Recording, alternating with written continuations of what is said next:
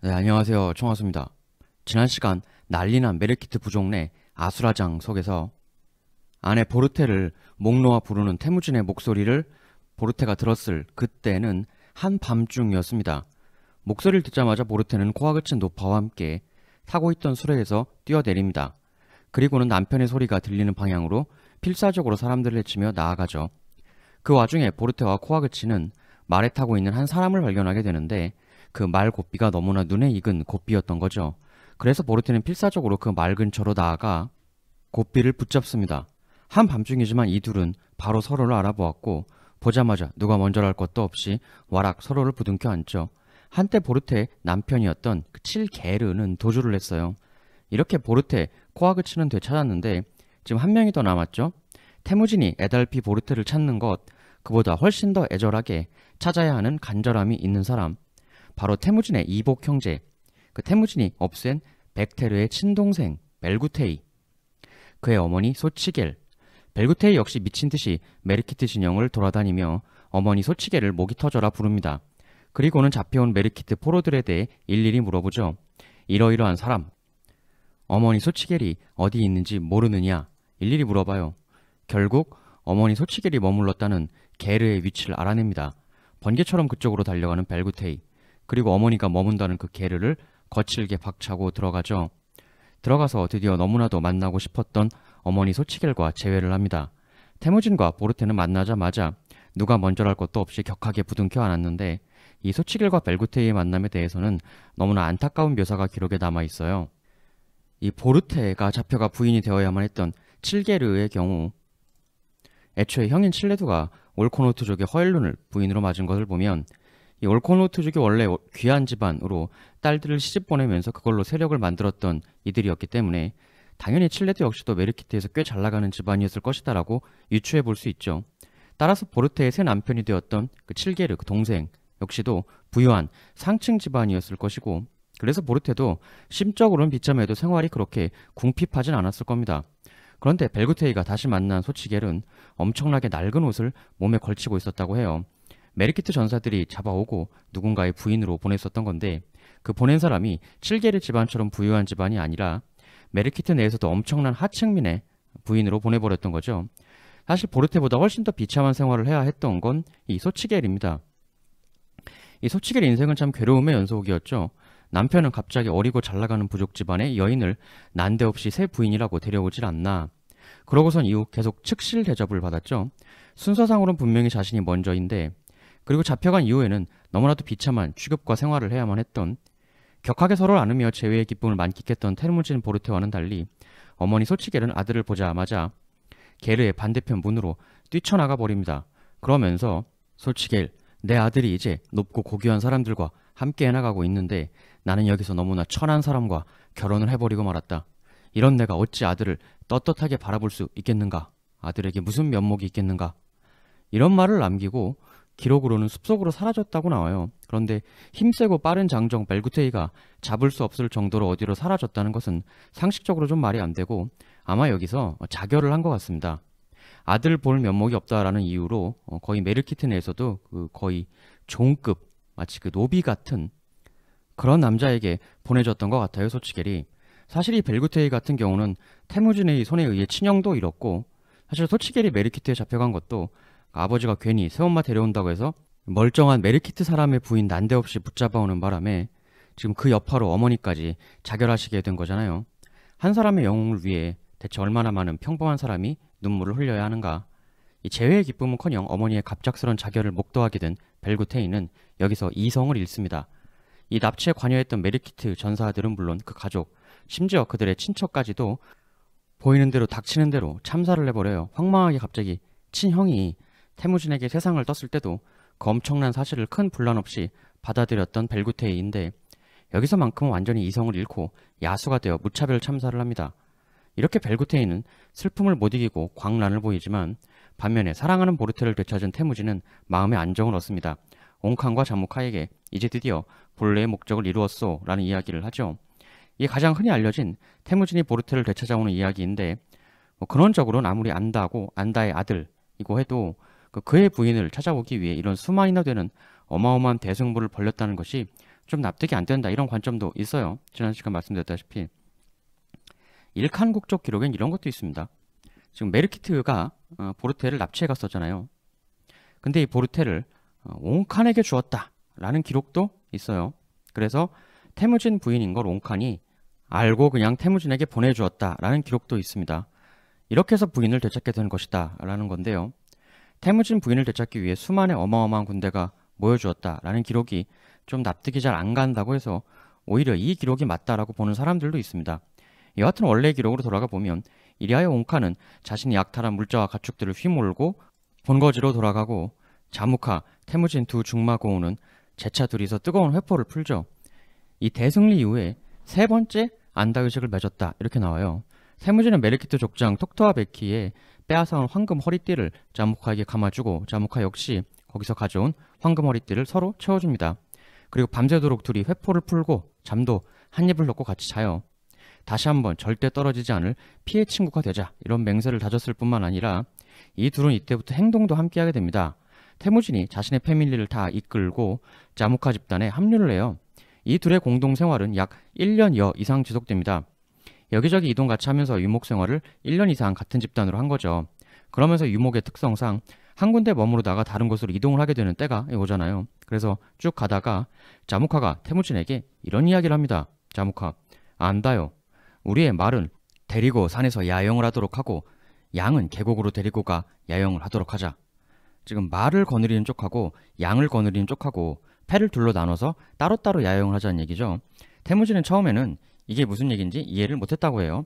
아니 갑자기 왜 패를 둘러 나눠? 말패, 양패. 원래 같이 잘 다니던 걸.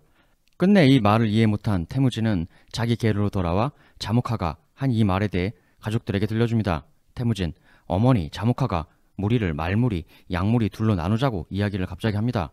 근데 저는 갑자기 자무카가 멀쩡히 잘 있던 무리를 왜 둘로 나누자는 이야기를 제게 하는지 이게 무슨 의미인지 잘 모르겠습니다.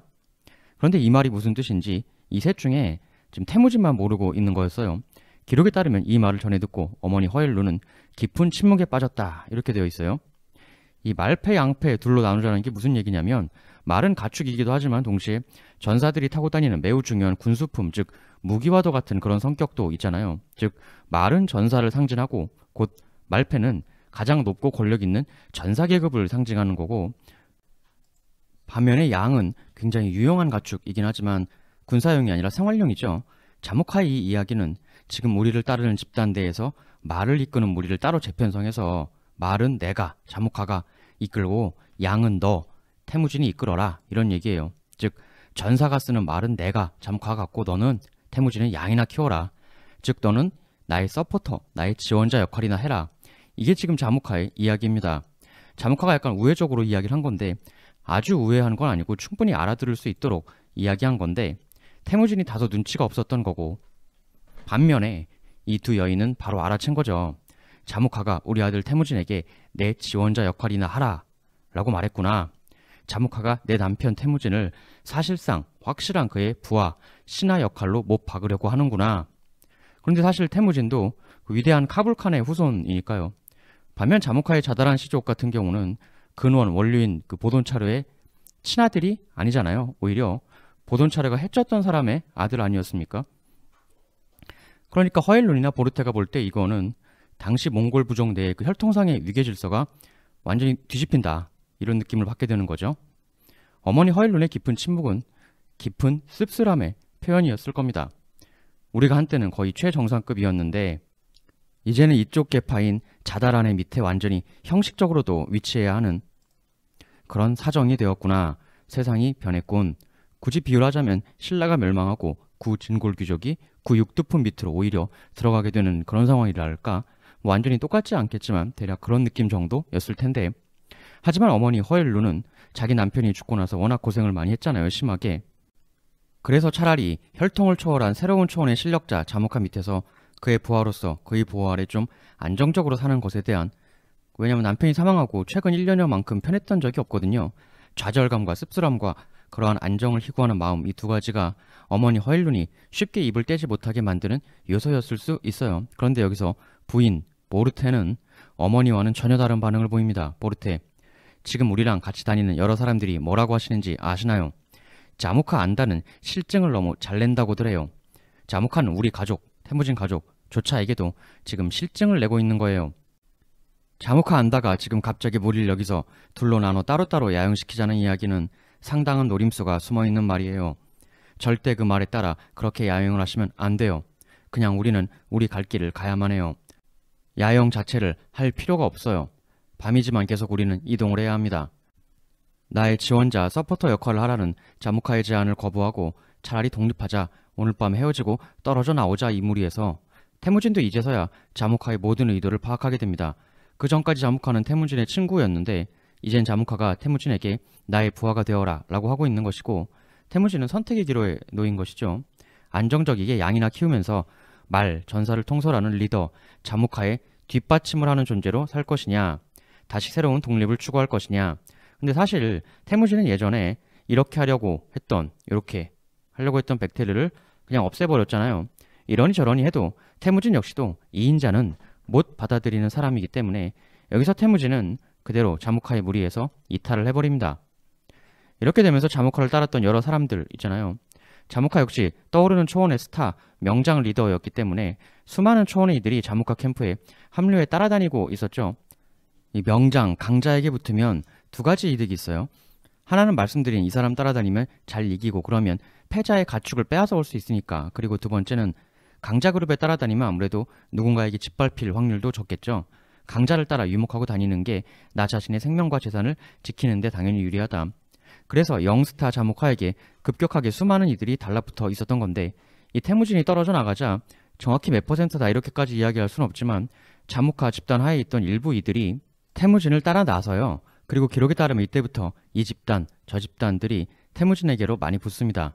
이렇게 태무진에게 사람들이 붙게 된 것에는 몇 가지 관점이 있는데, 근원적으로 태무진이 위대한 카불칸의 직계이니까 보돈차르로 나오는 정통으로부터 약간 비켜나 있는 자잘한 자무카보다는 그런 면에서 우위에 있었던 것이 영향을 끼쳤다, 이런 관점이 하나가 있고, 태무진하고 자무카가 같이 다니던 1년여 기간 동안 명확하게 이 시기 기록은 부족하지만 무언가 초원인들이 본연의 리더 자무카보다는 태무진에게 매력을 느낄 만한 무언가의 일이 1년 동안 있었지 않았겠느냐. 그럼 그건 뭐였을까? 이 태무진 그룹이 비교적 평등했기 때문이다라는 관점이 있어요. 태무진이 워낙 어려웠다 보니까 자신의 주변에 사람이 있어주면 그의 신분이나 과거 이런 것은 상관없이 공적 세우고 일 잘하면 여타 사람들하고 똑같이 잘 인정해주는 이런 탈신분적, 탈권위적 모습을 보여준 것이 사람들을 끌어당긴 것이다 라는 관점인 건데요.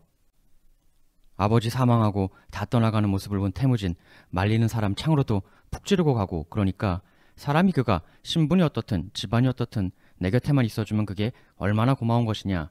태무진이 이렇게 모든 사람들을 평등하고 인간적으로 대우를 해줬다는 거죠. 예를 들어 태무진의 사준사구 중 하나인 젤메에 대해서 한 이야기를 들어보면, 젤메 그리고 보르추, 너희들은 꼬리 외엔 아무 다른 채찍도 없는 때에 꼬리가 되어 나의 심장을 편안하게 만들어 주었다. 그러한 너희들을 어찌 최고의 지휘자 자리에 앉히지 않을 수가 있겠는가. 보르추가 그렇다 쳐도 이 젤메 같은 경우는 원래 하인, 즉 종신분이었거든요. 조선으로 치면 노비를 최고 관직에 임명하는 그런 느낌이랄까?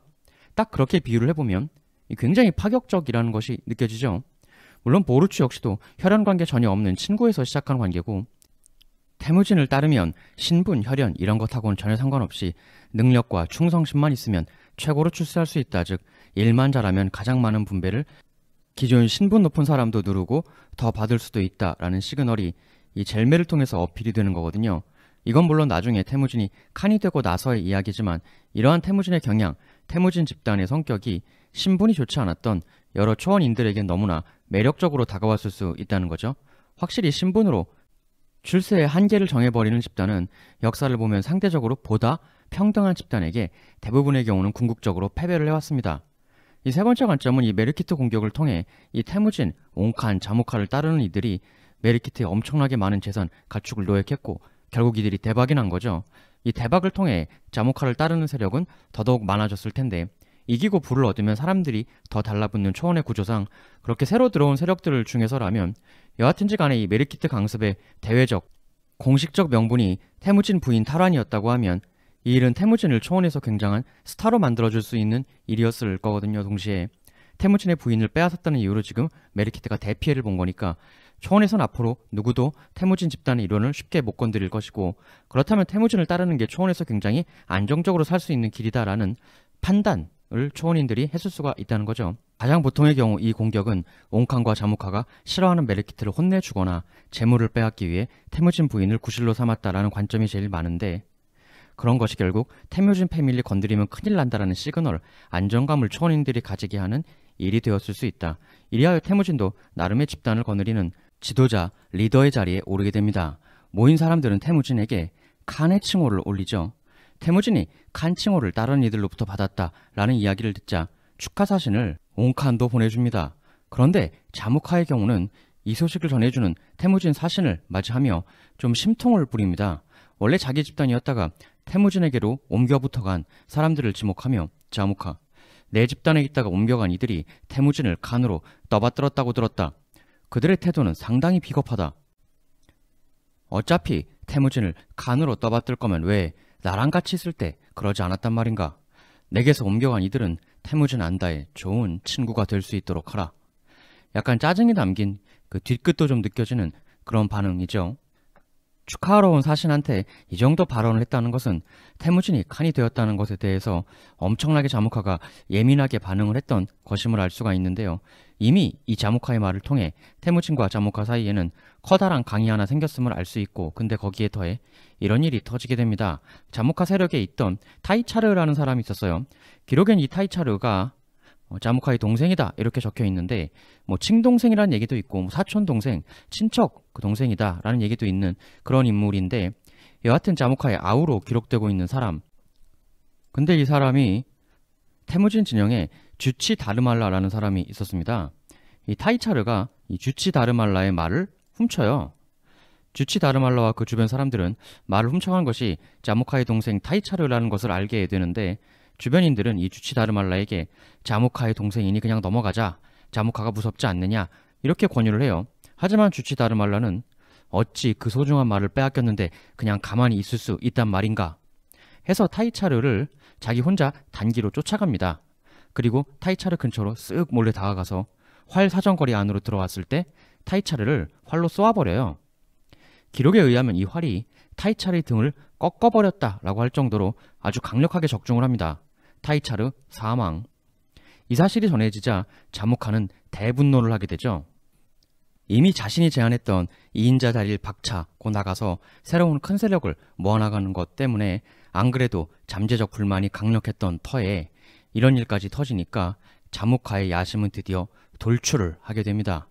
이 일을 빌미로 자무카는 자신을 따르는 이들을 이끌고 태무진을 공격하는 결정을 합니다. 결국 이 대결을 통해 초원에 있는 여러 세력들을 태무진과 자무카가 각각 소집을 합니다. 결국 초원이 태무진 편, 자무카 편으로 쫙 나뉘어서 한판의 대승부가 펼쳐지게 되죠. 이게 이른바 13익 전투인데 13쿠리엔 전투라고 표현해야 정확하겠죠. 쿠리엔이라는 것은 유목민들이 초원에서 이동하면서 거주를 할 때 원형으로 모이는 집합체를 이야기하는 건데, 가운데일수록 집단의 리더가 위치하고, 이러한 쿠리엔 집단 13개가 양쪽에 모여서 상호간의 대승부를 펼쳤다는 이야기죠. 기록은 이 대전투의 과정을 그렇게 길게 묘사하고 있지는 않습니다. 비교적 결과만 간단하게 묘사를 하고 있어요. 그 이유는 태무진이 참패를 했기 때문이죠. 이 13쿠리엔 대결에서 자무카가 완승을 합니다. 대참패를 한 태무진은 오논강변의 제레네라는 산골까지 도망쳐 숨습니다. 그런데 여기서 자무카가 묘한 태도를 보이는데 추격을 하지 않습니다. 예전에 타이치우들에게 쫓길 때도 태무진이 산의 숲속으로 숨어서 거기서 단기로 버텼던 적도 있는데, 태무진이 어려서부터 도망 다니고 숨고 이런 걸 많이 하다 보니까 이 산에서 활동하는 것에 대해 다른 유목민들에 비해 굉장히 능숙해요. 자무카 입장에서는 사실 반드시 여기서 끝까지 추격해서 요절을 꼭 냈어야 하는 건데, 산으로 숨어 들어갔으니, 초원에서 쫓아냈으니 이 정도면 되었다라고 생각을 했는지 더 이상의 추격은 하지 않습니다. 다만 자무카도 후일을 위한 아무 생각이 없었던 것은 아니었던지라 태무진을 따랐던 한 시족이 있습니다. 그 치노스족이라고 있었는데요. 그 치노스족의 핵심 최유력 인사 70명을 솥에 넣어서 삶아버렸습니다. 태무진 자체는 살려주었지만 온 초원에 너희들 태무진을 또 따랐다가는 이렇게 된다 라는 무시무시한 선포를 한 것이죠. 이렇게 자무카는 일단 마무리를 하게 되는데 후일 대부분의 역사가들이 이게 자무카 일생 일대 최대의 실수였다고 입을 모아 이야기하죠. 초원에서 사실 예전에도 태무진 아버지가 세상을 뜨니까 태무진의 키아트파를 따랐던 여러 초원인들이 라이벌인 타이치우드 쪽으로 우르르 옮겼었잖아요. 그걸 매정하다라고도 볼 수 있지만 어차피 한 곳에서 정착해서 농사짓고 사는 게 아니라 어차피 왔다 갔다 이동하면서 사는 유목민들인지라 대세에 따라 여기 붙었다 저기 붙었다 할 수 있어요. 근데 그걸 무조건 나쁘다라고만 할 수도 없죠. 생존을 위한 거니까. 아니 이쪽이 이미 약해졌는데 계속 의리만 찾고 여기에 붙어 있다가는 새롭게 강해진 무리들한테 밀려서 가축이고 생명이고 다 빼앗길 것 아니에요. 대세에 따르는 걸 무조건 치사하다 이렇게만 결코 말할 수 없는 것이죠. 그런데 승자 자무카는 태무진을 따랐다는 이유로 한 시종 내에서 가장 귀한 신분이었던 70명을 대거 소트로 삶아버렸단 말입니다. 사람들이 다신 태무진 따르지 못하도록 공포심을 준다는 전략이었겠으나 승리하고 나서 아들의 난린이 과다 분비된 상태에서 자무카가 젊은 혈기를 누르지 못하고 실수를 한 것이다 라는 게 이때 이후로 초원 사람들이 자무카를 무서워할지언정 존경하진 않게 되죠. 그래도 당장 무서운 자무카에 대항해서 패배자에게 붙을 사람은 당장은 거의 없는 바 이 비참한 패전, 도주와 숨기 이후 적게는 5년, 길게는 약 10년 정도 역사상 태무진의 활동이 기록에서 공백, 블랭크가 발생을 합니다. 어디서 뭘 했는지를 최대 10여 년에 가까운 시간 동안 잘 몰라요. 자무카를 자극하지 않는 선에서 약간의 세력들과 함께 근근히 생존만 이어나가는 그런 삶을 살지 않았겠느냐라고 보는 관점이 있고요. 기록에 따르면 또 이런 기록도 보이는데 여진족이 이끄는 금나라에 가서 노예 생활을 10년간 했다라는 기록도 있어요. 근데 이 기록은 신빙성 부분에서 좀 의구심을 많이 받고 있습니다. 왜냐하면 패전 이후에도 냉혹한 자무카에 질린 일련의 세력이 몰래 야금야금 태무진 쪽으로 붙는 경우도 있었다라는 기록도 역시 있거든요. 완전히 다 털리고 노예 생활했다면 그런 귀순도 있을 수는 없었겠죠. 이 금나라에서 노예 생활했다는 것은 너무 드라마틱한 이야기여서 조금 믿기는 어렵습니다만 여하튼 자무카에게 대패하고 나서 태무진이 자무카보다 약하다는 것이 일단 입증된 이상 최대 10여 년에 가깝게 태무진은 초원의 전면에 전혀 나서지 못하고 잘나가는 최강 자무카에 비해 비참하고 초라한 변두리의 삶을 살았던 것은 맞는 것으로 보입니다. 자무카도 안다이기도 하고 나한테 도전만 하지 않는다면야 굳이 일부러 구실도 없는데 없애진 않겠다. 이전 13쿠리엔 대결 때는 동생의 사망이라는 구실이 있었기에 그런데 이렇게 초라한 패자로서 참고 기다리니 태무진에게 묘한 기회가 찾아오게 되는데요. 태무진 아버지를 죽인 철천지 원수 타타르라는 부족이 있었죠. 왜 몸에 서서히 퍼져나가는 도구로 태무진 아버지를 없앴던 이 타타르는 태무진을 싫어하는 타이치우드 쪽의 안바가이칸이라는 사람도 여진 금나라한테 팔아넘긴 적이 있었잖아요. 금나라는 초원 세력 간의 이의제의를 위해 타타르랑 적당히 손잡고 있었던 건데 근데 원래 이의제의 전략이 핵심이 뭐냐면 아무리 기존엔 같은 편이었다고 하더라도 그래서 얘를 이용해서 나머지 애들하고 서로 싸우게 만드는 그랬다고 할지라도 얘가 손잡았던 얘가 너무 커져버리면 바로 얘랑은 손을 끊고 이젠 또 이쪽에 있는 얘를 지원해서 커진 얘를 누르게 만드는 이렇게 누구 하나 강해지지 못하게 하고 왔다리 갔다리 하는 게 이의제의 전략의 핵심이거든요. 따라서 이의제의 연합관계는 언젠간 반드시 깨어질 수밖에 없습니다. 타타르하고 금나라의 관계가 금이 가게 된 거죠. 금나라는 타타르를 밟아줘야겠다라고 생각을 하고 그런데 역시 이의제의 대원리에 입각하여 태무진하고도 메르키트 공격 때 큰 인연을 쌓았던 사람이죠. 이 토그릴 칸, 옹칸에게로 연락을 취합니다. 금나라가. 그래서 타타르를 협격하자. 옹칸 역시 과거 자신의 할아버지가 타타르 때문에 목숨을 잃게 된 그런 전력이 있기 때문에 하여 타타르를 없애자는 이 제안에 동의합니다. 이때 옹칸은 이 움직임에 있어서 몽골 부족 쪽에서도 한 사람을 더 합류시키고자 하는데요. 이 옹칸이 보면 먼 싸움에 뛰어들 때 자신 혼자 뛰어드는 걸 최대한 피하고 꼭 누구랑 같이 손잡고 들어가는 걸 선호해요. 리스크를 분산시키겠다는 거죠. 그래서 몽골에 태무진에게 연락을 합니다. 이 전가를 받고 태무진은 엄청나게 감정이 고양되어 본인이 할 수 있는 한의 몽골 부족 사람들에게 전가를 날리죠. 저 원수 타타르는 우리의 철천지 원수이자 키아트를 이끌었던 나의 아버지도 비열한 방식으로 돌아가시게 만들었던 자들이다. 이번 기회에 다른 세력들과 함께 저 타타르를 무찌르고 그들의 가축을 가져오도록 하자. 이렇게 해서 몽골 사람들을 모으는 역할을 해요. 이렇게 이 3자 이렇게는 연합하여 타타르를 협격합니다. 이 협공에서 이들 3자 연합은 완성을 거두고 타타르의 수많은 사람들은 비참하게 패주, 태무진을 따랐던 사람들 역시 타타르의 가축을 약탈하여 상당한 재산 증식을 하게 되죠. 이 일을 통해 금나라 황제는 토그릴 칸에게 왕의 칭호를 주어 왕, 옹칸이라고 불리게 되고 태무진도 금나라의 관직을 하사받습니다. 이 완성을 통해 태무진은 초원에서 오랜 세월 그를 억눌렀던 자모카에게 완패했던 사나이라는 능력 부족한 패배자의 이미지를 어느 정도 씻어내는 데 성공하고 자신을 따랐던 이들에게 양질의 타타르 물자를 나누어 줌으로써 다시금 초원 사람들이 자신을 따를 만한 이유를 만들어주게 됩니다. 특히 타타르는 몽골 부족에게 있어서는 그야말로 하나의 그 마음의 그 응어리, 한이었잖아요. 안바가이 칸도 그랬고 태무진 아버지 건도 그랬고 그 타타르를 이렇게 크게 혼내주는데 일조했다는 것은 몽골 부족 내에서 태무진의 인기는 다시금 부활의 씨앗이 뿌려지는 겁니다. 이렇게 태무진이 인고의 세월을 거쳐 다시 부활의 조짐을 보이게 되자 평소 태무진을 싫어했던 초원의 세력들은 당연히 다시 긴장하게 됩니다. 특히 또 몹시도 흠칫했던 게 자모카도 자모카였지만 어릴 때 태무진을 목에 칼을 씌워서 엄청나게 괴롭혔던 타이치우드의 그 타르구타이 키릴톡 있었잖아요. 기억나시죠? 이 사람이 태무진이 그토록 우리 시족의 한이었던 타타르를 크게 대파했다는 소식을 듣게 되자 기뻐하기는커녕 몹시도 긴장하게 되고 타르구타이, 내가 어릴 때 그렇게 괴롭혔으니 저 녀석이 강해지면 나에게 반드시 복수를 하러 올 터. 무조건 태무진이 더 큰 세력을 얻기 전에 집 밟아야 한다.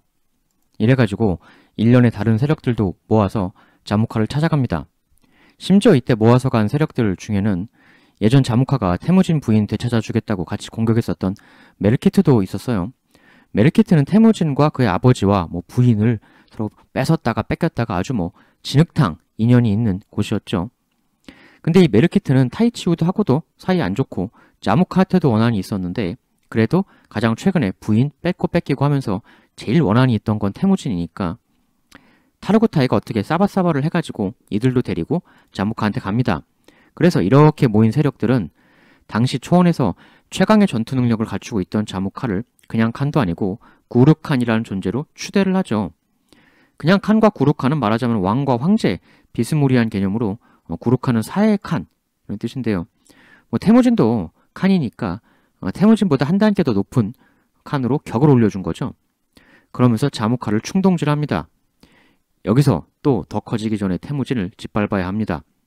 그리하여 자모카와 이 연합 세력은 태무진과 옹칸에 대한 공격을 결정하죠. 태무진은 이 소식을 듣고 옹칸에게 긴급 전가를 보냅니다. 자모카, 타르구타이 같은 이들이 저와 아버님 옹칸을 공격하기 위해 지금 밀려온다고 합니다. 기록에 보면 태무진이 옹칸에게 아버지라는 호칭을 써요. 아버지의 안다는 내 아버지나 마찬가지다. 이런 거죠. 옹칸에겐 하나의 족수일 수도 있습니다. 그러나 옹칸 입장에서도 태무진이 무너져서 자모카가 전 몽골 부족의 유일 절대 강자가 되면 나도 얘한테 밀릴 수 있다. 특히 예전에 합류 늦게 했다고 한참 어린 자모카에게 크게 혼난 적이 있기 때문에 자모카가 분명히 태무진보다는 훨씬 껄끄러운 상대이죠. 현 시점에선. 옹칸은 저들의 공격 결정 소식을 듣고 자신도 군을 모아 부랴부랴 태무진에게로 출정 준비를 합니다. 이렇게 되니까 이쪽은 또 얼마 전에 옹칸 태무진 콤보에게 박살났던 타타르까지 끌어들여요. 그리고 평소 자모카의 지나친 냉정함에 학을 뗀 그 여타 세력들은 태무진 편에 붙게 되면서 온 초원이 또다시 둘러 나뉘어 흉흉한 전운을 풍기게 됩니다. 드디어 양쪽은 부대를 출정시키게 되는데요.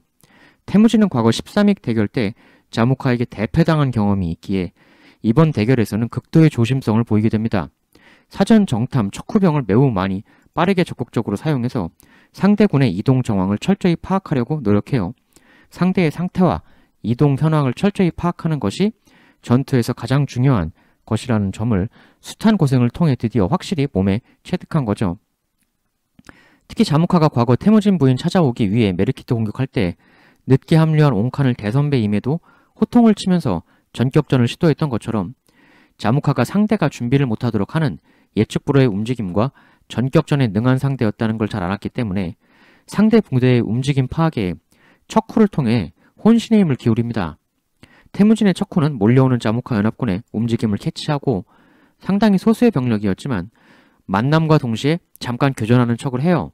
그러면서 제일 앞에서 선봉을 누구누구가 이끌고 있나, 어느 부족이 제일 앞에 서 있나, 이런 정보들을 취득하자마자 날이 저물었으니 우리 내일 정정당당히 붙도록 하자, 이런 말을 남기고는 실제로는 그 다음날 붙는 게 아니라 뒤로 퇴각해서 태무진 본대와 합류, 취득한 적 선봉의 정보를 태무진에게 알려줍니다. 그 정보 및 적의 이동 현황 등을 손에 넣은 태무진은 이젠 본대를 휘몰고 당당히 진격, 역시 다가온 적 부대와 대치를 하게 되는데요. 이렇게 양부대는 대치를 하는데, 근데 여기서 태무진이 굉장히 좋은 위치를 선점을 해요. 약간 높은 지형을 선점합니다. 사전 정탐, 척후 이런 것의 중요성, 자무카에게 지면서 배웠던, 그러니까 사람이 한 번 이긴 상대라고 방심을 하면 안 되는 게 사람이 배우고 학습하고 변화를 하지 않습니까? 세상에서 제일 두려운 인간은 배우면서 자가 발전하는 인간이에요. 태무진은 이번엔 자기가 먼저 움직여서 좋은 위치를 선점, 위에서 아래로 공격하면 좋은 거에 당연한 병법. 여기서 약간 위치적 유리를 빼앗긴 자무카 연합군은 기록에 따르면 굉장히 기묘한 방책을 쓰는데 마법의 돌을 활용해서 주술을 부리는 전략을 썼다, 이렇게 나와요. 무슨 주술인고 하니 바람을 불러일으키는 주술이었다 라고 되어 있습니다. 비록 위치적 이점은 태무진의 철저한 척후 전략을 통해 빼앗겼지만 바람이라는 것도 또 하나의 대단한 요건이죠. 특히나 활을 많이 쓰는 초원에서의 대결이라는 점을 감안하면 지형적 이점이라는 것 못지않게 바람이라는 것 역시도 엄청나게 중요한 요소라고 할 수가 있겠습니다. 근데 문제는 그거를 평상시 경험과 관찰, 기록을 통한 통계적으로 자리를 잡아 바람을 이용하는 체계적 전략을 취하는 게 아니라 주술을 사용했다는 건데, 우리를 이기게 해주십시오, 이런 기원, 기도 정도야 언제라도 할 수 있는 것이니.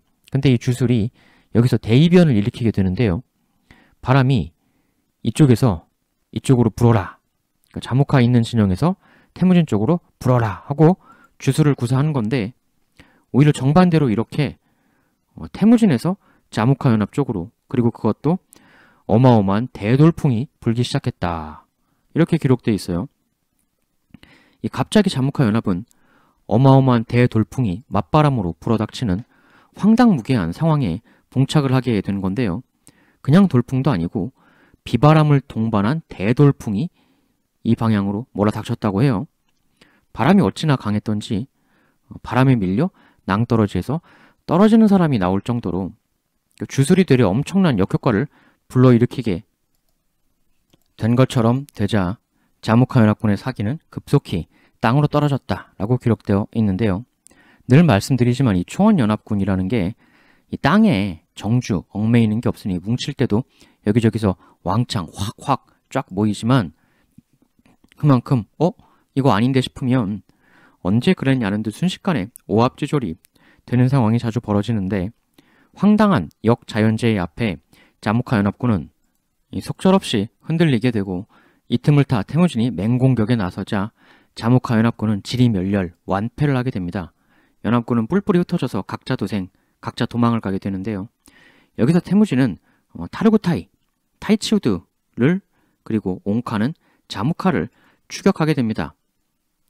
각자 그 기분 안 좋은 쪽을 추격하는 거죠. 태무진이야 타이치우드한테 어린 시절 엄청난 원한이 있고, 옹칸도 사람들 앞에서 자신을 대망신 준 자무카가 얄미우니, 근데 여기서 자무카가 도주를 하면서 기록에 따르면 굉장히 안 좋은 행동을 하는데, 도주를 하면서 약탈하며 도주를 해요. 이 태무진 같으면 아무리 힘든 상황에서도 절대 하지 않을 짓이죠. 이리하여 태무진은 타이치우드를 쫓게 되는데, 타이치우드 패잔병들은 본거지까지 매우 빠르게 도주를 한 이후에 거기서 전력을 재편성해서 다시 태무진과 재승부를 벌이려고 합니다. 이렇게 여기서 그들은 2차전을 벌이게 되는데, 첫 전투에서 큰 피해를 입었고 사기도 타이치우드들은 매우 떨어져 있었지만 상대가 그토록 미워하는 태무진이기에 여기서 밀리면 자신들 일족이 태무진에게 모조리 몰살당한 것이라는 공포심이 퍼지면서 격렬한 저항을 하게 돼요. 이 핀치에 몰린 쥐가 고양이를 무는 상황인데 여기서 타이치우드 전사가 날린 화살 하나가 태무진이 목에 스쳐 지나가는 일이 발생을 합니다. 다행히 목에 꽂히진 않았는데 대신 목에 혈관을 건드려가지고 굉장히 많은 출혈이 발생을 하게 됩니다. 여기서 태무진의 사준사구 중 한 명인 젤메, 원래는 집안이 종 출신인데 태무진이 보르츠와 함께 집단 내에서 자신을 제외하고는 가장 높은 자리에 위치하게 해주는 그 설명드렸죠. 여기서 젤메가 태무진 목에서 피를 계속 빱니다. 아주 온 얼굴이 피투성이가 되도록 계속 빨아요. 지혈을 하는 게 아니라 피를 빠는데 이걸 봤을 때 그 당시 태무진을 스친 화살에 혹시 독이 묻어 있었던 것이 아닐까? 이 정신을 잃었던 태무진은 한참이 지난 후에 정신을 차리는데요. 굉장히 많은 출혈을 했으므로 깨어났을 때 한 첫 마디 말은 목이 마르다 였습니다. 그런데 젤메가 주변을 둘러보니 리더가 화살에 맞는 이런 난리통 속에서 음료를 도저히 찾을 수가 없었던 거죠. 아군 진영 내에서 음료를 찾을 수가 없자 젤메는 몸에 두르고 있던 무장과 옷을 거의 다 벗고 적 진영에 몰래 혼자서 갑니다. 가서 마유 한 통을 훔쳐와요. 그리고 그걸 태무진에게 먹이죠. 이렇게 젤메의 극진한 보살핌으로 인해 태무진은 여기서 죽을 고비를 극복하고 살아나게 됩니다. 젤메가 목숨 걸고 가져온 마유를 마신 태무진은 그제서야 비로소 눈앞이 제대로 보이기 시작했다. 이렇게 기록되어 있는데요. 주변에는 젤메가 빨아서 토해낸 응고된 태무진의 핏덩어리, 그 흔적들이 여기저기 흩어져 있는 상황이었죠. 얼마나 그게 많았던지 주변이 다 축축할 지경이었다라고 되어 있는데 태무진은 젤메에게 묻습니다. 태무진, 기왕이면 멀리 가서 뱉지 왜 이렇게 가까운 주변에다가 다 토해냈는가? 주변이 아주 난리구만. 젤메, 그럴 수는 없었지요. 제가 뱉으러 멀리 왔다 갔다 하는 사이에 칸께 무슨 일이 생기면 어쩝니까? 칸 곁을 최대한 떠나지 않으려고 했던 것입니다. 너무나도 긴박한 상황이었기에 일부 피는 뱉지 못하고 내 배 안으로 들어가기도 하였습니다. 태무진, 그리고 너는 타이치우드 쪽으로 가서 마유를 구해올 때 왜 무장을 다 버리고 옷도 벗은 채로 다녀왔던 것이냐? 왜 그리 위험한 짓을 했어? 젤메, 만일 몰래 마유통을 훔쳐오다가 들키면 봐라, 난 무장도 안 하고 왔다. 너희들에게 항복하러 온 것이다. 내 항복을 받아다오. 라고 이야기를 할 참이었습니다. 그렇게 속임수가 통하면 그들이 언젠간 내게 말을 줄 것이므로 그 말을 타고 다시 탈출해서 되돌아오면 그만이지요. 당시에는 칸을 구하기 위해 어떻게든 마유를 구해왔어야 했으므로 이것저것 깊이 생각하고 따질 시간은 없었습니다. 젤메의 이 이야기를 듣고 태무진은 감탄을 합니다. 그리고 젤메의 이 고마움을 평생 잊지 않겠다고 다짐하죠. 젤메가 원래 신분이 종 출신이었잖아요.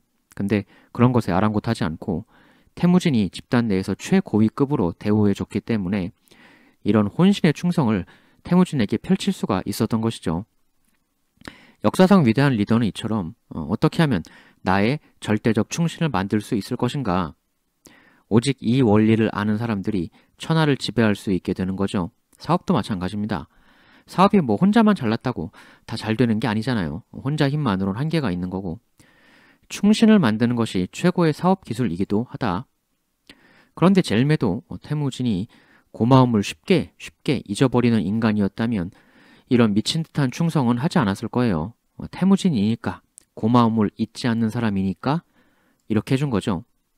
그리고 이 이후에 전투가 지속되면서 태무진 부대가 일련의 적병들을 생포하게 되는데 어느 정도 원기를 회복한 태무진이 그 포로들에게 가서 태무진, 지난번에 활을 쏴서 내 말에 목뼈를 꺾어버린 이가 누구인가? 이 말에 한 사람이 자수를 합니다.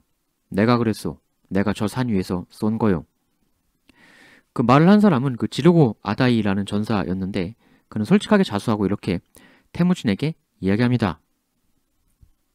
태무진, 칸께서 칸을 해칠 뻔한 저를 여기서 죽이실 수도 있을 것입니다. 그러나 그렇게 되면 고작 여기서 손바닥만한 땅을 피로 적실 뿐, 허나 만일 나를 살려주신다면 칸께서 명령하시는 곳이라면 그 어떤 깊은 물이라도 건너 달려가 칸을 가로막는 돌들을 모두 쳐부수어 줄 것이라 약속드릴 수 있소. 이에 태무진은 답합니다. 나는 단지 나에게 적대했던 자라고 해서 무조건 죽이지는 않는다. 내가 죽이는 자는 오직 거짓말을 하며 말을 바꾸는 자들이다. 이 자는 비록 내 말에 목을 꺾어버렸지만 내 앞에서 정직하게 그 사실을 말했다. 이제부터 너를 나의 편으로 맞아들이겠다. 이 사람이 나중에 이름을 바꾸게 되는데 이 태무진의 말, 목을 활로 꺾어버린 사람이 바로 그 유명한 제배입니다. 이게 좀 잘못 알려진 게 있는데 좀 전에 태무진 목에 화살이 스쳐서 그 젤메가 치료해줬잖아요. 그때 그 활을 제배가 쐈다고 알려져 있는데 그렇지 않고요. 제배가 맞춘 건 정확히 태무진 말의 목이었습니다.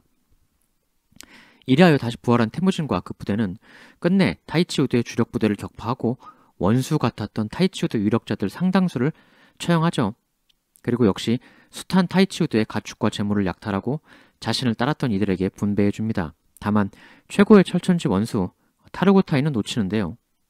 도망가다가 타이치우드 밑에서 종속되어 일하던 시족의 한 아버지와 아들 그 부자에게 타르고타이가 붙들리게 돼요.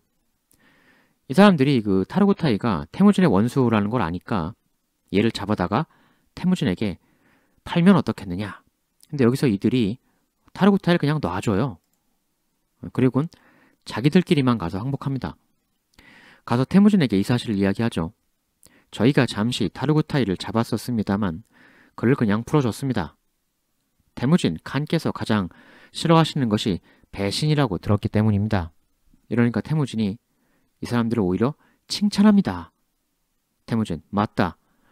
어쨌든 한때 너희들이 모셨던 인물 아니더냐. 만일 그런 일을 잡아와 나에게 팔아넘겼다면 너희들의 목숨도 그 즉시 없어졌을 것이다. 난 그런 배신자를 용서하지 않는다. 너희들의 판단은 참으로 옳았던 것이다. 이러면서 태무진이 인성이 됐구만 하면서 이들도 자기 부하로 받아들이죠. 이 태무진 집단의 또 다른 특성이 여기서 드러나는 거죠. 신뢰, 배신에 대한 배격, 배신을 싫어하는 신뢰의 문화가 바로 태무진 집단을 강하게 했던 또 다른 원천이었던 것입니다. 하지만 이로 인해 어부지리로 원수 타르고타이는 목숨을 건지게 되었고 태무진에 대해 이를 가는 존재가 다시 초원에 풀려지게 된 거죠. 그리고 또 한 명의 인물, 자무카. 태무진이 타이치오드를 쫓을 동안 이 자무카는 옹칸이 쫓았잖아요. 이 한때 초원에서 가장 강력했던 사나이 자무카는 또 어떻게 되었을까? 이 추격전이 어떻게 되었는지 명확하게 기록되어 있지는 않은데 확실한 건 이때 자무카를 붙잡지 못합니다. 사실 옹칸하고 자무카가 사이가 안 좋다곤 하더라도 그렇다고 뭐 태무진 타르고타이처럼 철천지 원수지간까지는 아니죠. 옹칸이 일부러 열심히 추격 안 했다라는 설도 있어요. 이제 태무진이 이번 승리로 굉장히 강해질 수 있는데 거기에 자무카마저 없어지면 차라리 몽골 부족 내에서 자무카, 태무진 둘 다 존재해서 공존하며 서로 경쟁하는 게 옹칸 입장에선 더 낫다고 생각했을 수도 있죠.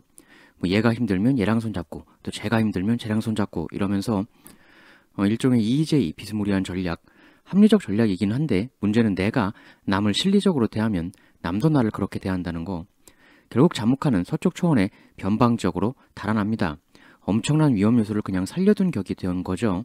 이후 이 옹칸이 무슨 일을 겪냐면 원래 옹칸이 형제들하고 혈투를 벌인 끝에 칸이 되었잖아요. 근데 걔 중에 살아남아서 다른 부족으로 도망쳤던 동생이 있어요. 이 동생이 도망갔던 그 나이만이란 부족이 있는데 거기하고 연합을 해가지고 형인 옹칸을 공격하는 일이 벌어집니다. 여기서 패해가지고 옹칸이 완전히 탈탈 털려요. 그래서 태무진에게 도와달라고 찾아가게 되는 일이 벌어집니다. 이젠 상황이 완전히 역전된 거죠. 의리의 태무진이 당연히 도와주죠. 옹칸에게 주기 위해 사람들에게 특별 세금까지 걷어서 지원을 해줘요. 하여 옹칸은 결국 다시 힘을 모아서 역반격해서 칸 자리를 되찾긴 합니다. 하지만 이러면서 후일 태무진과의 사이가 벌어지게 되는 단초가 생기는데요. 이제 초원에서 엄청난 세를 얻게 된 태무진은 그가 힘을 얻으면 반드시 처리해야 할 일을 하게 되죠. 지난번에 한번 폐주시켰던 아버지의 대원수 타타르, 초원에서 자신을 따르는 이들을 있는 힘껏 끌어모아 타타르 정벌을 공언하고 시도에 나서게 됩니다. 여기서 태무진은 대결에 나서기 전에 앞으로 개별적으로 약탈, 전리품 획득하는 일을 엄금하고 모든 전리품은 내가 공평하게 재분배해주겠다 라고 선언을 하죠. 이게 오히려 태무진 군대를 더 강하게 만들었어요. 실적이나 전공과는 무관하게 꼼수로 약탈을 더 많이 하거나 이런 것 없이 확실하게 태무진이 공평하게 전리품을 나누어 준다라는 신뢰가 생기니까 조직이 더 강해지는 거죠. 회사도 열심히 일을 안 했는데 운 좋게 혹은 아부나 기회주의적으로 잘하는 그런 사람만 쏙쏙 승진하면 다른 직원들이 열심히 일하고 싶습니까? 불공평을 없애는 게 강한 조직을 만드는 첩경이다. 태무진은 타타르도 여지없이 격파하고 막대한 재물을 자신의 권한하에 추종자들에게 약속한 대로 골고루 나눠줌으로써 엄청난 리더십을 손에 넣게 됩니다. 이 돈 나눠주는 일을 태무진이 꽉 틀어주다 보니까 조직의 힘이 하나로 딱 모여서 부대가 더 강해지는 거죠. 그럼 태무진 이전 리더들은 왜 이걸 못했나? 욕심 때문이죠. 빼앗은 재물을 하나로 다 모은 다음에 사람들 다 보는 앞에서 재분배하려면 양심상 리더도 남들 다 보고 계산 다 되는 상태에서 너무 자기가 많이 가지면 좀 보기가 그렇잖아요. 근데 아예 태무진은 쫙 다 오픈을 하는 거죠. 내가 대장이라고 더 뒤로 꿍치고 이러는 거 없다. 봐라, 이게 우리가 얻은 전부고 이제 이걸 공평하게 분배하겠다. 그야말로 클린 리더십. 리더 자신의 욕심도 욕심이고 주변에 또 이런저런 소 리더들 있지 않습니까? 소소한 총대장보단 작은 규모의 족장들. 이렇게 풀로 클린하게 오픈하면 그들도 싫죠. 대충 뒤에서 어둠에서 스윽스윽 하면 자기도 남들보단 엄청 많이 먹을 수 있으니까. 근데 태무진은 그걸 허용치 않았다. 태무진 조직은 그러한 부당한 욕심을 제어해낸 조직이었던 거예요. 이 중간 특권층을 없애버리니까 이렇게 되면 모든 전체 구성원들이 억울한 마음 없이 열심히 본연의 일에만 노력할 수 있게 되죠. 타타르를 대파하고 나서 태무진은 그 유명한 얘기가 여기서 나오는데 수레바퀴보다 큰 남자들은 모조리 처형해버립니다. 아버지의 원수를 정말 강력하게 갚은 거죠. 그리고 태무진의 도움으로 다시 부활한 옹칸은 어릴 적 자신을 고생시킨 메르키트를 공격해 승리하는 성과를 거두기도 합니다. 근데 이때 메르키트로부터 상당한 물자를 노획했는데 자신의 부활을 위해 애써준 태무진에게 한 푼도 주지 않는 그런 짓을 저지르게 됩니다. 태무진은 못내 서운했지만 대놓고 표현하진 않습니다. 그리고 이 둘은 언제나 옹칸의 위협이 되었던 동생하고 힘 합쳐서 자신을 몰아내려고 했던 그 부족, 나이만 부족, 거기를 이 둘이 힘을 합쳐 쳐들어가게 됩니다. 기록엔 없지만 이 연합 공격은 역시 옹칸이 같이 하자고 제안을 했었겠죠. 태무진은 그럽시다. 결국 첫 공격에서 나이만에 제일 가까이 있던 시족 하나를 쳐부수고 전리품 획득. 그러자 그 이후에 나이만도 온 부족의 힘을 모아 반격 군세를 편성. 이 두 세력은 대회전을 앞두게 되죠. 그런데 이 대승부 바로 앞두고 있던 이때 옹칸의 계르로 어떤 한 사람이 쓱 와서 나타나는 일이 벌어집니다. 그는 바로 옹칸이 사실상 암묵적으로 도주를 묵인해 주었던 자무카였습니다. 나타난 자무카는 옹칸을 만나고 이렇게 이야기를 합니다. 자무카, 칸이시오. 칸께서는 태무진을 믿으십니까? 옹칸, 자무카, 갑자기 나타나서 무슨 이야기인가? 자무카, 제가 하나 중요한 정보를 들었기 때문에 이렇게 칸께 찾아온 것입니다. 정보? 그렇습니다. 태무진은 지금 얼핏 칸과 힘을 합치고 있는 듯 보이나 실상 태무진은 칸 몰래 나이만 쪽에 사신을 보내고 있었습니다. 전투가 벌어지면 나이만과 손을 잡고 칸을 배신하려고 했던 것입니다. 옹칸, 그것이 사실인가? 그렇습니다. 이대로 그냥 저 나이만과 결전을 벌이시게 되었다면 칸께서는 이전엔 없던 너무나 처참한 일을 겪으실 뻔 하셨던 것입니다. 이렇게 와서 이야기를 했는데 물론 이 모든 것은 자모카의 술수, 이간책이었죠. 그러나 옹칸은 이 말에 휘둘립니다. 결국 나이만의 핵심 군세와의 대결을 목전에 앞두고 태무진 캠프에 들키지 않게 몰래 전장에서 이탈, 도망가 버립니다. 태무진은 여느 때와 마찬가지로 나이만과의 대결을 생각하며 아침에 일어났는데요. 날이 밝자 밤사이에 옹칸의 부대가 원래 있어야 할 곳에서 전혀 있지 않고 어디론가 싹 없어져 버렸다는 사실을 알게 되죠. 갑작스런 믿을 수 없는 대황당무계한 현실에 할 말을 잃고만 태무진. 그러나 두뇌 회전이 빠른 태무진은 옹칸의 성격상 무슨 일이 벌어진 건지 정확하게 직감하게 되고 그 즉시 자신도 병력을 후퇴시킵니다. 결국 무사히 전장에서 빠져나와요. 그런데 이때 이 옹칸이 이간질에 농락당한 게 정말 바보 같았던 일이었던 것이 옹칸, 태무진이 이미 선제 공격을 해서 나이만 일부를 쑥대밭을 한번 만들었었잖아요. 그걸 반격하기 위해 나이만도 대부대를 편성했던 거고 당연히 분노한 나이만이 추격전을 개시합니다. 근데 이 옹칸은 자기가 먼저 튀었으니까 상대적으로 나중에 후퇴하게 되는, 즉 배치상 상대적으로 나이만에 더 가까이 있었던 이 태무진 군대를 나이만이 추격해 올 것이라고 생각했던 것 같아요. 근데 그런 옹칸의 예상과는 달리 나이만은 옹칸을 추격합니다. 배치적으로야 여기가 더 가까웠다곤 해도 사실 이 대결의 핵심은 보다 많은 오랜 세월 그 원한, 구원이 있던 나이만과 옹칸의 대결이 핵심이었던 거잖아요. 나이만은 태무진이 아니라 이리로 달린 거죠. 태무진이라는 협력자가 없어진 옹칸은 이 쫓아온 나이만 군대에게 참패를 당해요. 패배를 당하고 큰 위기에 빠진 패퇴한 옹칸은 태무진에게 긴급 전가를 보냅니다. 옹칸, 태무진, 나는 나이만 군대의 공격에 엄청나게 많은 나의 백성들을 잃었다. 내 안다의 아들이자 나의 아들이기도 한 태무진, 이 아버지를 부디 도와다오. 해서 결국 태무진이 자신의 믿음직한 부하 장수들을 보내 구원해 줍니다. 태무진 문대가 오자 나이만 추격대는 결국 퇴각을 하게 되고 옹칸은 구사일생으로 목숨을 건지게 되었죠. 살아난 후 옹칸은 태무진에게 다시 이런 사신을 보냅니다. 너의 아버지가 이전에 나를 구해주었는데 이젠 그 아들이 다시 한번 또 나를 구해주는구나. 나도 이제는 많이 늙었다. 그러나 내가 언젠가 세상을 떠나도 우리 케레이트 부족 백성들을 누군가는 다스려줘야 할 터. 내 아들 생굼이 하나 있긴 하지만 그것만으로는 우리 케레이트의 미래가 너무나도 불안하다. 태무진이여, 안다의 아들이 아니라 이제부터 진짜 나와 부자관계를 맺지 않겠는가. 태무진으로서는 먼저 전장에서 도망갔던 것, 부활하고 메르키트를 털었음에도 나한텐 한 푼도 안 준 것 등등 여러모로 옹칸에게 감정이 안 좋았지만 그래도 진짜 어릴 때, 진짜 힘들었을 때 도움 받았던 적도 있었잖아요. 게다가 옹칸의 아들이 공식적으로 돼버리면 나중에 옹칸 사후 케레이트 내에서 지분을 주장할 수 있는 그런 상황도 발생할 수 있으니 알겠다고 수락합니다.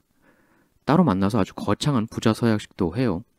이제부터 우리는 절대 서로를 배신하지 않는 진짜 피를 나눈 부자가 되는 것이다. 이러면서 태무진도 과거는 다 잊고 이제 부자로서 새 출발하시지요, 아버지. 이렇게 합니다. 태무진은 꽤 진심이었던 것 같아요. 그래서 태무진은 기분 좋은 김에 이런 제안도 합니다. 아버지, 우리 보다 든든하게 서로의 동맹을 맺는 게 어떻겠습니까? 아버지의 딸과 그 아들 생굼의 누이죠.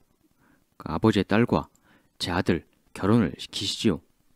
그리고 아버지 아들인 생굼의 아들과 저 태무진의 딸을 또 결혼시키는 겁니다. 그런데 이 옹칸 아들 생굼은 태무진이 자기 아버지의 아들이 되는 이 의식에 대해 엄청나게 부정적이었습니다. 옹칸 사후 여차하면 능력과 세력이 있는 태무진이 나도 아들이다 이러면서 케레이트를 먹으려들지 않겠느냐라는 걱정을 한 것이죠. 하여 생굼이 절대 내 아들과 태무진 딸을 결혼 못 시키겠다. 극렬 반대를 하고 나서요. 사실 옹칸 입장에서는 이렇게 태무진하고 부자관계를 맺은 게 그렇게 되면 이제 이 둘이 형제가 되는 거니까 나이만 같은 무시무시한 적들이 아직 있는 상황에서 걔들이 아들 생굼을 치면 태무진이 형제니까 SOS 헬프를 칠 명분이 생기잖아요. 그러니까 좀 그런 것도 생각을 한 건데 뭐 초원에선 무엇보다 생존이 제일 중차대한 일이니까 어디나 다 그렇겠지만 한때 홀로 내각한이다. 잠시 권세 누려봐야 외적이든 내부 반란이든 무너지면 다 말짱 황되는 거 아닙니까? 이 아버지 옹칸은 어려서부터 하도 고생을 해가지고 그 권력에 있을 땐 좋지만 떨어지면 바로 처참하게 사망이라는 걸 아니까 일단 생존을 위한 보험부터 생각을 해준 건데 근데 아들은 당장 내가 케레이트의 권좌를 나중에 태무진에게 빼앗기는 것 아니냐 이 생각부터 드는 거죠. 결국 이 결혼은 좌초됩니다. 기껏 온갖 쇼하면서 부자관계를 맺었지만 이 혼담파기 때문에 이쪽하고 태무진 사이는 도로 멀어져요. 이렇게 이들 사이가 도로 소원해지자 다시금 자무카가 등장을 합니다. 사실 지난번엔 옹칸한테 이간질을 걸었잖아요. 이번엔 아들 생굼한테 접근합니다. 생굼의 계를 찾아간 자무카. 생굼, 나 옹칸, 너의 아버지의 의동생 자무카일세. 태무진이란 작자는 내가 어릴 때부터 친구여서 어떤 인품인지 너무나도 잘 알지. 나의 정보에 의하면 태무진은 케레이트의 철천지 원수 나이만의 칸과 끊임없이 사신을 주고받고 있네.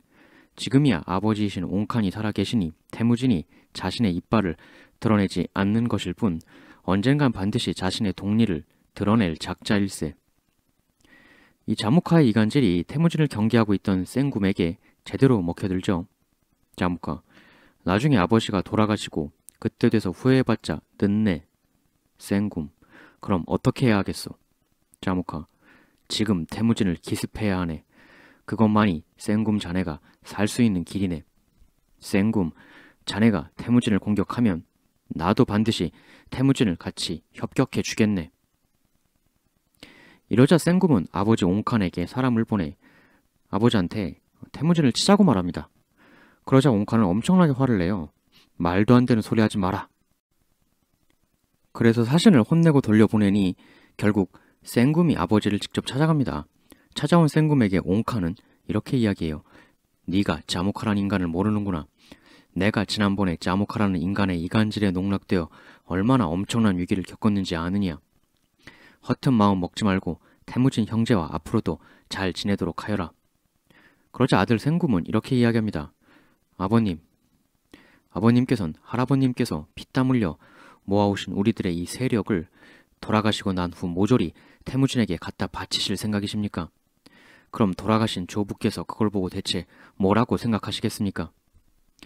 이렇게 말하자 또 옹칸이 설득돼요. 옹칸, 그래, 네가 정태무진을 없애고 싶다면 그리 하도록 해라. 나는 그저 하늘에 가오가 있기를 바라도록 하겠다. 이렇게 됩니다. 이게 참 한심한 부자인데 근데 어떻게 보면 이게 인간의 모습이기도 하죠. 누군가를 믿는다는 게 쉽지 않잖아요. 한심해 보이지만 사실 우리들의 모습이기도 합니다. 이리하여 생굼은 하나의 계책을 꾸미게 되는데 생굼은 자신 부하들에게 자기 계획을 이렇게 설명합니다. 일전에 태무진은 옹칸의 딸 생굼의 누이, 내 누이 동생을 시집 보내달라고 요청하지 않았던가? 그땐 내가 난리쳐서 혼담이 파기되었지만 다시 사신을 보내 결혼을 다시 하자고 이야기하는 것이다. 그러면서 혼담 성사 잔치를 벌리고 태무진을 초청하는 것이지. 그러면 태무진이 우리에게 올 것이며 바로 그때 그를 급습하여 없애는 것이다. 이러고 생굼은 태무진에게 결혼을 다시 승낙하겠다, 하겠다 라는 얘기와 또 잔치의 초청 사신을 보내게 됩니다. 생굼 사신은 가서 이렇게 얘기를 해요. 역시 태무진 형제의 아들과 혼사를 하는 건 우리 가문에겐 너무나 큰 영광이라고 생각합니다. 이에 다시 혼담을 추진하면 어떻겠는지요? 괜찮으시다면 우리들의 영원한 믿음과 발전 그리고 이번 혼사를 기념하기 위해 우리 부족의 귀한 전통 요리 잔치를 벌리고자 하니 참석해 주셔서 우리 가문의 결혼과 밝은 미래를 크게 함께 기뻐하도록 하시지요.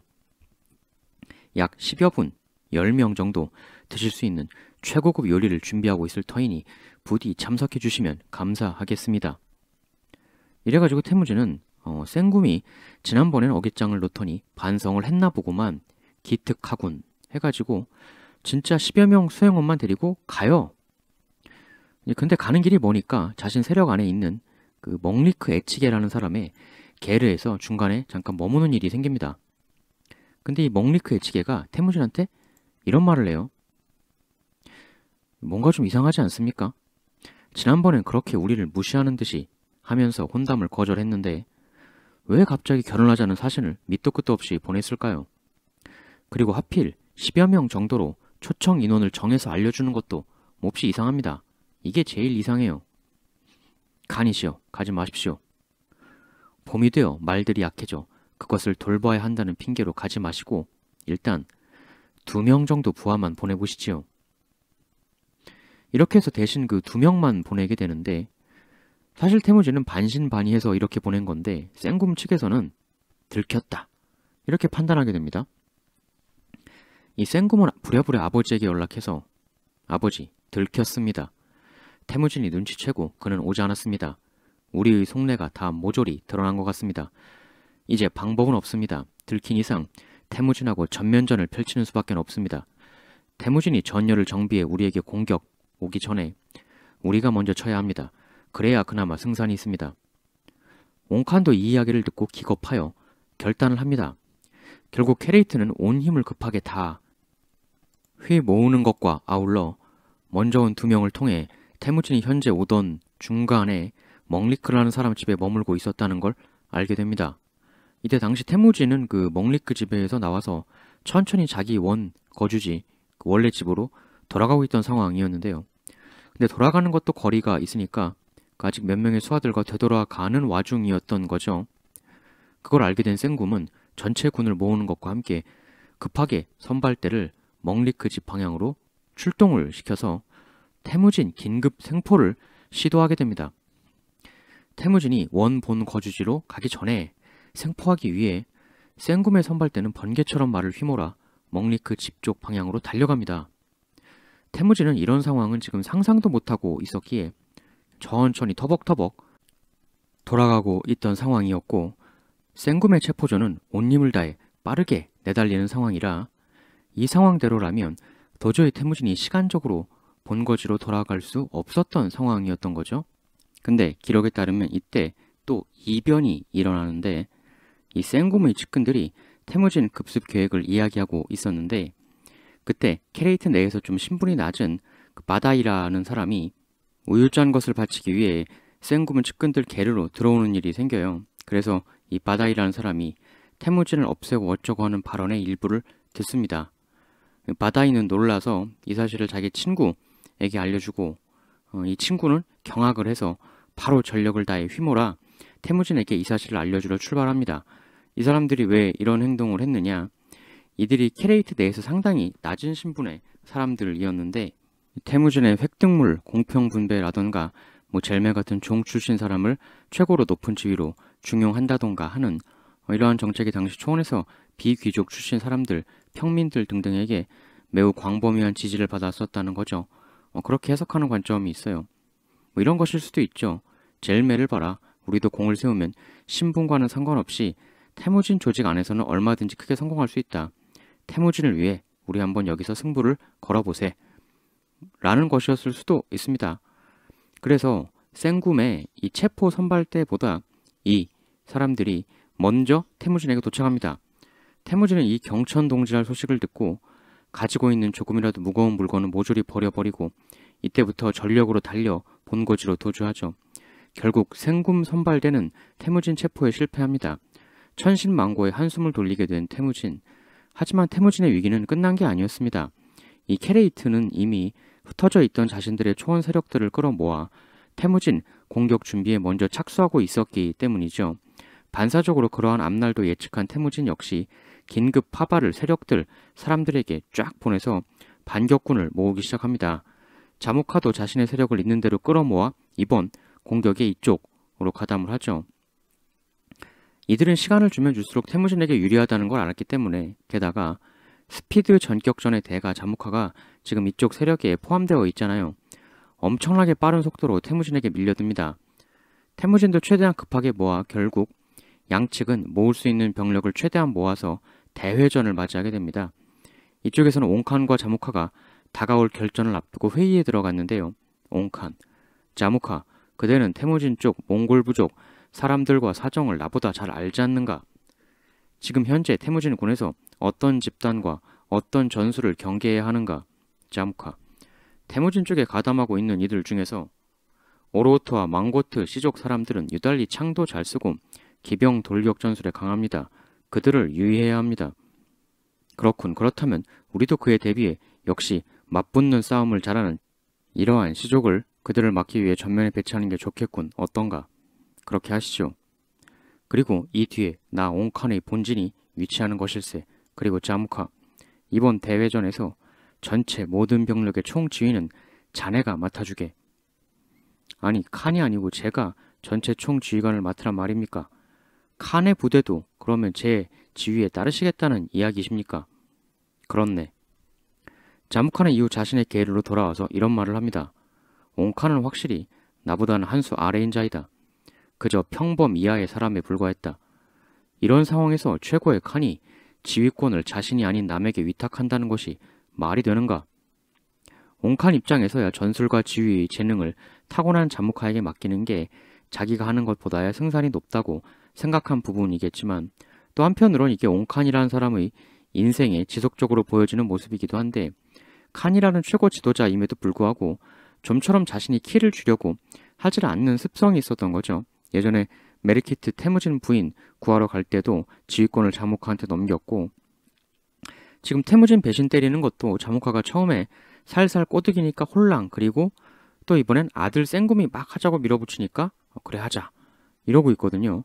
상당히 전형적인 자기 자신을 못 믿는 사람 행동 패턴인데, 리더라면 남의 말을 잘 듣는 것도 중요하지만 결정적인 순간에는 자기가 모든 걸 짊어지고 결정의 깃발을 휘두른 다음에 너희들은 따라라 이렇게 하는 모습도 보여야 하는데, 자묵한 여기서 뭔가를 느꼈는지 굉장히 괴이한 행동을 하게 됩니다. 좀 전에 옹칸하고 작전같이 짜고 왔잖아요. 뭐 부대 배치하며 전술 등등. 그거를 태무진한테 사신을 보내서 이 정보를 다 알려줍니다.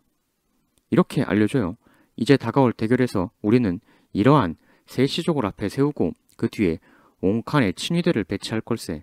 그리고 그 뒤에 바로 옹칸의 본대가 위치하게 되네. 있는 그대로 다 얘기해줍니다. 그러니까 여기를 치고 들어오면 그 다음에 바로 옹칸을 칠 수 있다는 거죠. 태무진 캠프는 이 자모카의 그 사신을 받고 큰 황당무계함을 느끼게 되는데요. 사신의 마지막 말에는 이런 것도 있었어요. 태무진, 나의 안다요. 옹칸은 명백히 나보다 한참 하수인 사람이다. 이 세상에 자신의 군대를 남과 같이 지휘하자고 하는 칸이 어디 있단 말인가. 두려워하지 말고 당당히 이 위기를 극복하거라. 태무진이요. 태무진 진영에서는 이게 당연히 거짓 정보일 거라는 의견이 쇄도했지만 사신의 이야기를 끝까지 들은 태무진은 이 자묵화가 전해준 정보가 100% 정확한 정보일 것이라는 판단을 내립니다.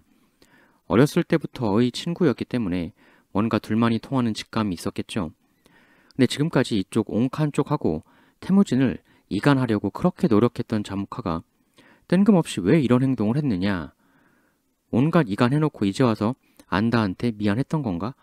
그건 말이 안 되고 미안하면 애초에 이런 짓을 하질 말았어야지.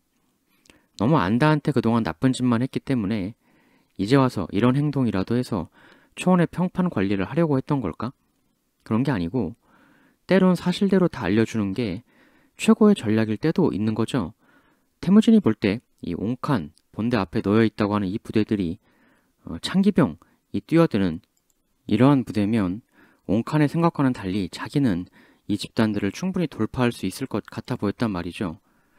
여기서 자묵화가 옹칸에게 했던 말이 정확하게 구현되는데 태무진은 돌파력 좋은 오로트, 망고트 부대들로 이 앞선에 있는 이들을 뚫고 옹칸 본대를 노리는 전술을 선택합니다.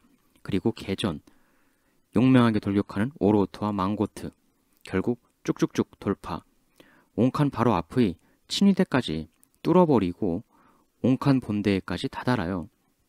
이렇게 이제 돼버린 건데 태무진 생각은 이렇게 선발대가 적 선봉대를 쫙 뚫어주고 그 이후에 자신도 위풍당당하게 진격해서 마무리하는 그런 전술을 생각한 거죠. 여기까지는 흐름이 너무 좋죠. 그런데 여기서부터 이상한 일이 벌어지게 되는데 기록이 자세하게 남아있질 않지만 대략 추정하는 방향이 두 가지가 있어요. 우선 당시 전투에 전체적으로 참여 병력이 옹칸 자묵화 쪽이 월등히 많았다. 이건 기록에 있습니다. 해서 이렇게 뚫고는 들어갔으나 옹칸 본대를 딱 만나면서 돌파가 주춤하게 되었고 소수가 다수를 중앙 돌파하는 전술이 잘 통해서 확 다 뚫어버리면 좋은데 그게 안 되면 어디선가 주춤해서 저지가 되게 되면 즉 돌파하다가 중간에 막히면 나중에 이렇게 싸먹히는 형태로 확 전황이 돌변할 수가 있거든요. 충분히. 옹칸 쪽 군사도 완전 허수아비들이 아니라는 거죠.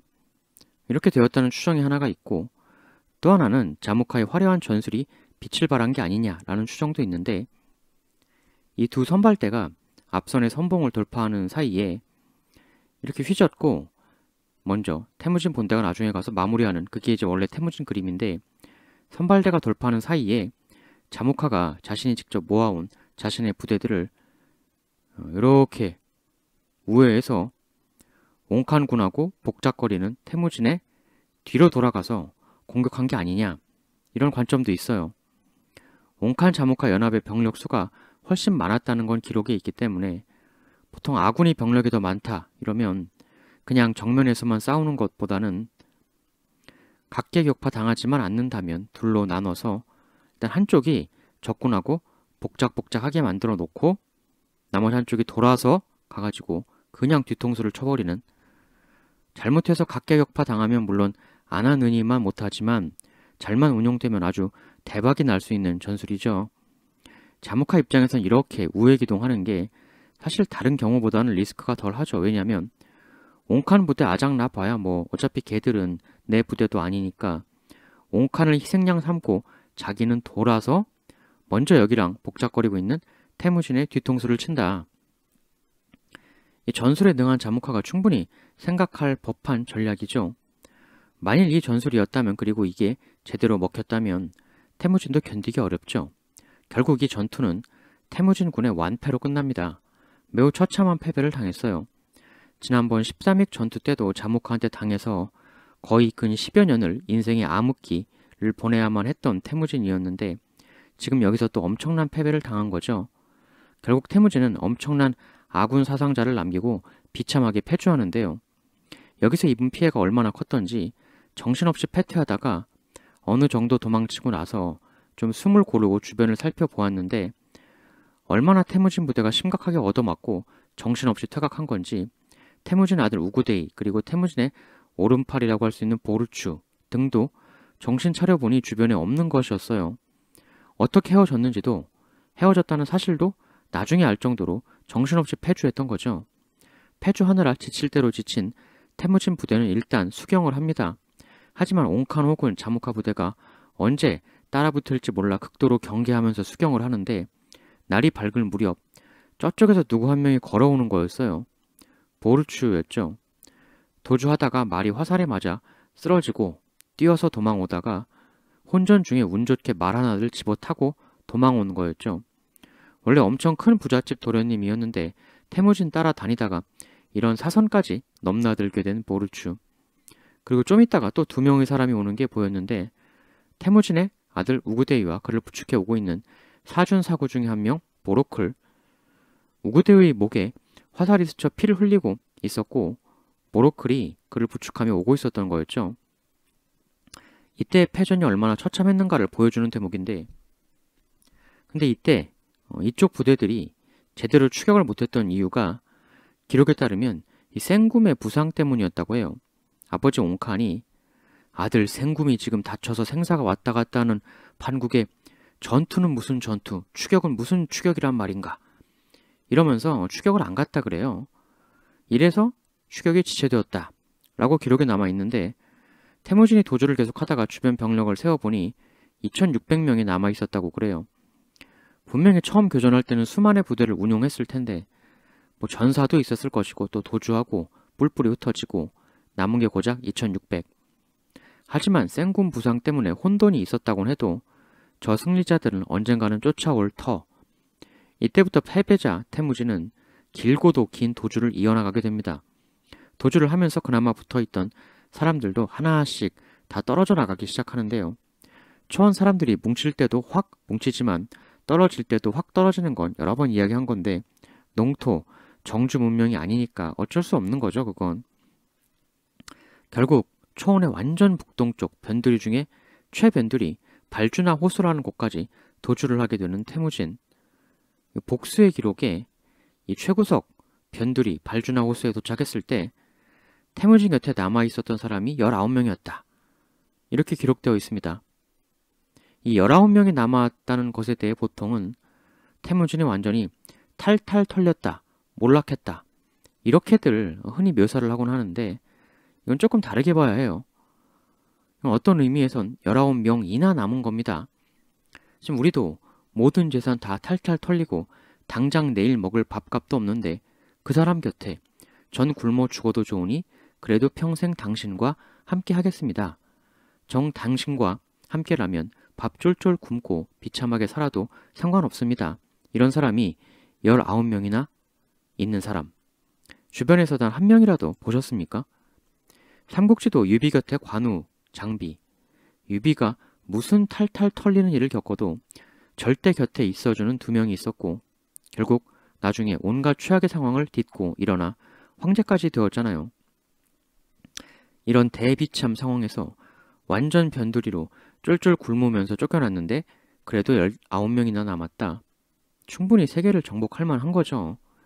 이들 태무진까지 20명은 함께 흙탕물을 먹으면서 우리는 목숨을 평생 함께 한다는 다짐의 의식을 여기서 치룹니다. 나중 일이지만 이때 같이 흙탕물 먹었던 19명은 전부 몽골 제국 최고의 혈통들이 되죠. 그런데 태무진이 같이 흙탕물을 먹자 이 제안을 했다는 것은 곧 지금 이러한 상황이 되어도 나는 결코 포기하지 않겠다라는 선언이기도 한 겁니다. 이런 비참한 상황에서도 태무진은 부활을 위한 전략을 펼쳐나가는데 여기서 초원 제패를 향한 태무진의 마지막 기적이 이제부터 펼쳐지게 되죠. 사실 전장에서의 전투 싸움 능력은 태무진은 두 차례 패배를 당한 곳에서 보듯 자무카보다 못했습니다. 적어도 이 시점까지는. 하지만 태무진이 잘하는 게 있었죠. 대패하고 변두리로 쫓겨난 태무진은 옹칸하고 자무카에게 각각 사신을 보내요. 내용인 즉슨 옹칸에게는 아니 어찌 이럴 수가 있는가. 내 아버지와 나 2대에 걸쳐서 옹칸을 생명을 잃을 뻔한 위기에서 구해주고 다시 되살아나 세력을 모으도록 해주었거늘 2대에 걸친 그런 은인을 어찌 이렇게 처절히 배신할 수 있단 말인가. 대체 내가 옹칸에게 잘못한 게 무엇인가. 잘못한 것도 없는 내게 어찌 이런 배신을 하는가. 이렇게 보냈는데 그렇죠. 태무진이 딱히 옹칸에게 뭐 잘못한 게 없어요. 그죠? 태무진을 경계하는 자무카와 생굼에게 휘둘려가지고 태무진을 그야말로 태무진 입장에선 밑도 끝도 없이 배신을 한 거죠. 해서 심지어는 기록에 따르면 옹칸 본인도 아 그래 내가 너무했구만 이렇게 인정하는 말을 했다고 그래요. 정말 옹칸이 사실상 일국의 리더인데 그런 사람 치고는 귀가 너무 얇은 모습이죠. 자무카가 말하면 그래? 또 생굼이 말하면 그런가? 이제 또 태무진이 말하니까 그래 그 말이 맞구만 또 이러고 있는 모습입니다. 사신을 자무카한테도 보냅니다. 우리는 서로의 생명을 언제나 지켜주기로 한 안다가 아닌가? 그런데 어찌 이렇게 나를 배신할 수 있단 말인가? 이렇게 태무진이 사신을 보낸 게 그냥 원망이나 하소연을 하려고 보낸 게 아니라 사실은 다 이게 정치적 정략이죠. 사신들이 갈 때 그냥 가는 게 아니라 중간중간 사람들 계례에서 묵으면서 가는데 이 초원 문안 말씀드렸죠. 여행객은 대접해줘야 하는 거. 근데 거기서 하루 숙식하면서 밥 먹을 때 밥만 먹을 리는 없잖아요. 다 얘기하면서 가는 거죠. 어딜 가시는 길이요? 이러저러 해서 옹칸과 자무카에게 이 터무니없는 황당무계한 배신을 따지러 가는 길이 왜다. 어찌 이런 대배신을 할 수가 있단 말이오. 해도 진짜 너무하는 거 아니겠습니까? 이런 얘기를 하면서 가는 거죠. 이러면서 입에서 입으로 얘기가 퍼지고 태무진이 비록 전투에선 자무카한테 졌지만 태무진은 너무나 용맹했던 전사 아버지 그러나 아버지가 사라지자 그 빛나던 승리도 다 한순간에 무용지물 승리보다 중요한 건 사람이다. 이걸 아는 거죠. 태무진은 최대한 정치적 선전 노력을 합니다. 옹칸 자무카는 배신자고 나 태무진은 신뢰의 아이콘이다 라는 메시지를 최대한 널리 퍼뜨리려고 했던 거죠. 또 동시에 옹칸에게는 나와 내 아버지가 2대에 걸친 너의 생명의 은인이다. 자무카에게는 내가 너의 무려 안다다. 이 메시지를 당사자 및 주변에 최대한 널리 알림으로써 이 둘이 완전히 자신의 싹을 밟아버리려 출정하는 것에 대한 정치적 부담을 씌워주는 거죠. 여하튼 이렇게 태무진은 도망지 최변두리 발주나 호수에서 생명은 일단 부지하게 됩니다. 그런데 여기서부터 이제 태무진을 위한 마지막 기적이 벌어지기 시작하는데요. 태무진에게 귀부해오는 집단들이 생겨나요. 코롤라스라는 시족 집단이 있는데 별 볼 일 없던 태무진에게 왜 귀순을 했느냐. 일칸국 쪽 기록에 따르면 옹칸이 태무진을 이기고 나서 개개의 몽골 부족 사람들을 엄청나게 많이 공격하고 약탈했다. 이렇게 기록되어 있습니다. 이 코롤라스도 옹칸에게 공격당해 털리고 그들 역시 변두리로 이동한 집단이라는 거죠. 옹칸은 케레이트고 몽골 부족이 태무진이니까 몽골의 대표적 거두 2명 중 1명인 태무진을 격파하고 나머지 거두 1명 잠복하는 내 편이고 이러니까 옹칸은 케레이트로서 결집된 리더가 부재한 몽골 각 집단들 특히 태무진 편 들었던 이들뿐만 아니라 자무카 옹칸 vs 태무진 사이에서 중립을 지켰던 이들까지도 무차별 공격 약탈을 했다. 이렇게 기록에 남아 있어요. 각계 격파로 공격하고 약탈하면서 옹칸 본인과 본인을 따르는 케레이트 세력에 불을 증진시켜 주려고 한 거죠. 승자 옹칸에게 너무나도 심하게 털리게 되는 몽골 부족 사람들은 그러한 옹칸과 손잡았던 자무카보다 옹칸에게 저항했던 태무진을 훨씬 더 그리워하게 됩니다. 그리하여 코롤라스처럼 태무진에게 아예 귀순하는 집단들도 생겨나고 안 그래도 사실 옹칸은 케레이트 내에서도 칸 자리에 오르면서 형제들 공격하고 숙부하고도 싸우고 이러면서 그 안에서도 적이 많았던 사람이에요. 이 와중에 태무진에겐 이런 일도 생기는데 위구르 대상인 집단이 태무진이 있던 지역을 찾아오는 일이 벌어져요. 무려 1,000마리의 양을 휘몰고 나타난 대상인 집단이었는데 태무진이 그 사냥한 동물, 가죽, 모피 이런 거 타고 그 양하고를 교환하는 슈퍼 딜이 이루어지기도 합니다. 이런 거는 부활의 경제적 기반이 되는 거죠. 유목민에게 가축은 농경 문화권에서의 땅과도 같은 거니까 이리하여 태무진은 너무나 먼 곳에서 다시 불사조처럼 부활의 기초 씨앗을 다시 다지게 되고 그런데 여기서 태무진에게 너무나 필요한 일이 벌어지게 됩니다. 이 일은 신원사 등 사료에 아주 짤막하게 기록된 일인데요. 자무카가 옹칸을 여타 다른 세력가들과 함께 제거, 암살하려는 모의를 꾸몄다. 이런 기록이 나타나요. 그 동기야 기록된 바가 없는데 그렇지만 야심과 자무카가 마냥 옹칸을 내버려 두는 게 오히려 더 이상하죠. 그런데 이 암습의 결과가 옹칸이 자무카의 암살 모의를 사전에 알아채요. 이 자무카가 이전에 옹칸을 굉장히 비웃는 듯한 발언도 많이 하고 이 전반적으로 옹칸을 별 볼 일 없다라고 생각하는 사람인데 근데 이 옹칸이라는 사람이 그 7살 때 메르키트에 잡혀가 13살 때 타타르한테 잡혀가 가서 거의 노예 생활을 하는 등 꼭 고귀한 신분으로서 편하게만 인생을 살아온 사람이 전혀 아니고 숙부의 역습에 탈탈 털려서 징기스칸, 태무진 아버지에게 가서 도와주십시오 한 일 등등 이 결단력과 용기는 부족하지만 정말 오만 고생을 다 겪은 사람이거든요. 그 와중에 이 옹칸에게 비대하게 발달한 것은 바로 눈치와 의심이었습니다. 의심이 지나쳤기에 잘못도 없는 태무진을 배신할 것이다라고 단정하고 역습을 가하기도 했고 그래서 특유의 의심과 눈치로 은밀히 자무카의 암습 모의를 알아챈 옹칸은 오히려 자신이 기습적으로 자무카를 공격해버립니다. 예상치 못한 급습을 당하게 된 자무카는 케레이트의 옹칸과 철천지 원수인 나이만 부족으로 망명을 떠나게 돼요. 이 자무카의 암살 시도와 옹칸의 반격에 대해서는 아주 디테일한 기록이 없고 결과만 이렇게 달랑 기록되어 있는데요.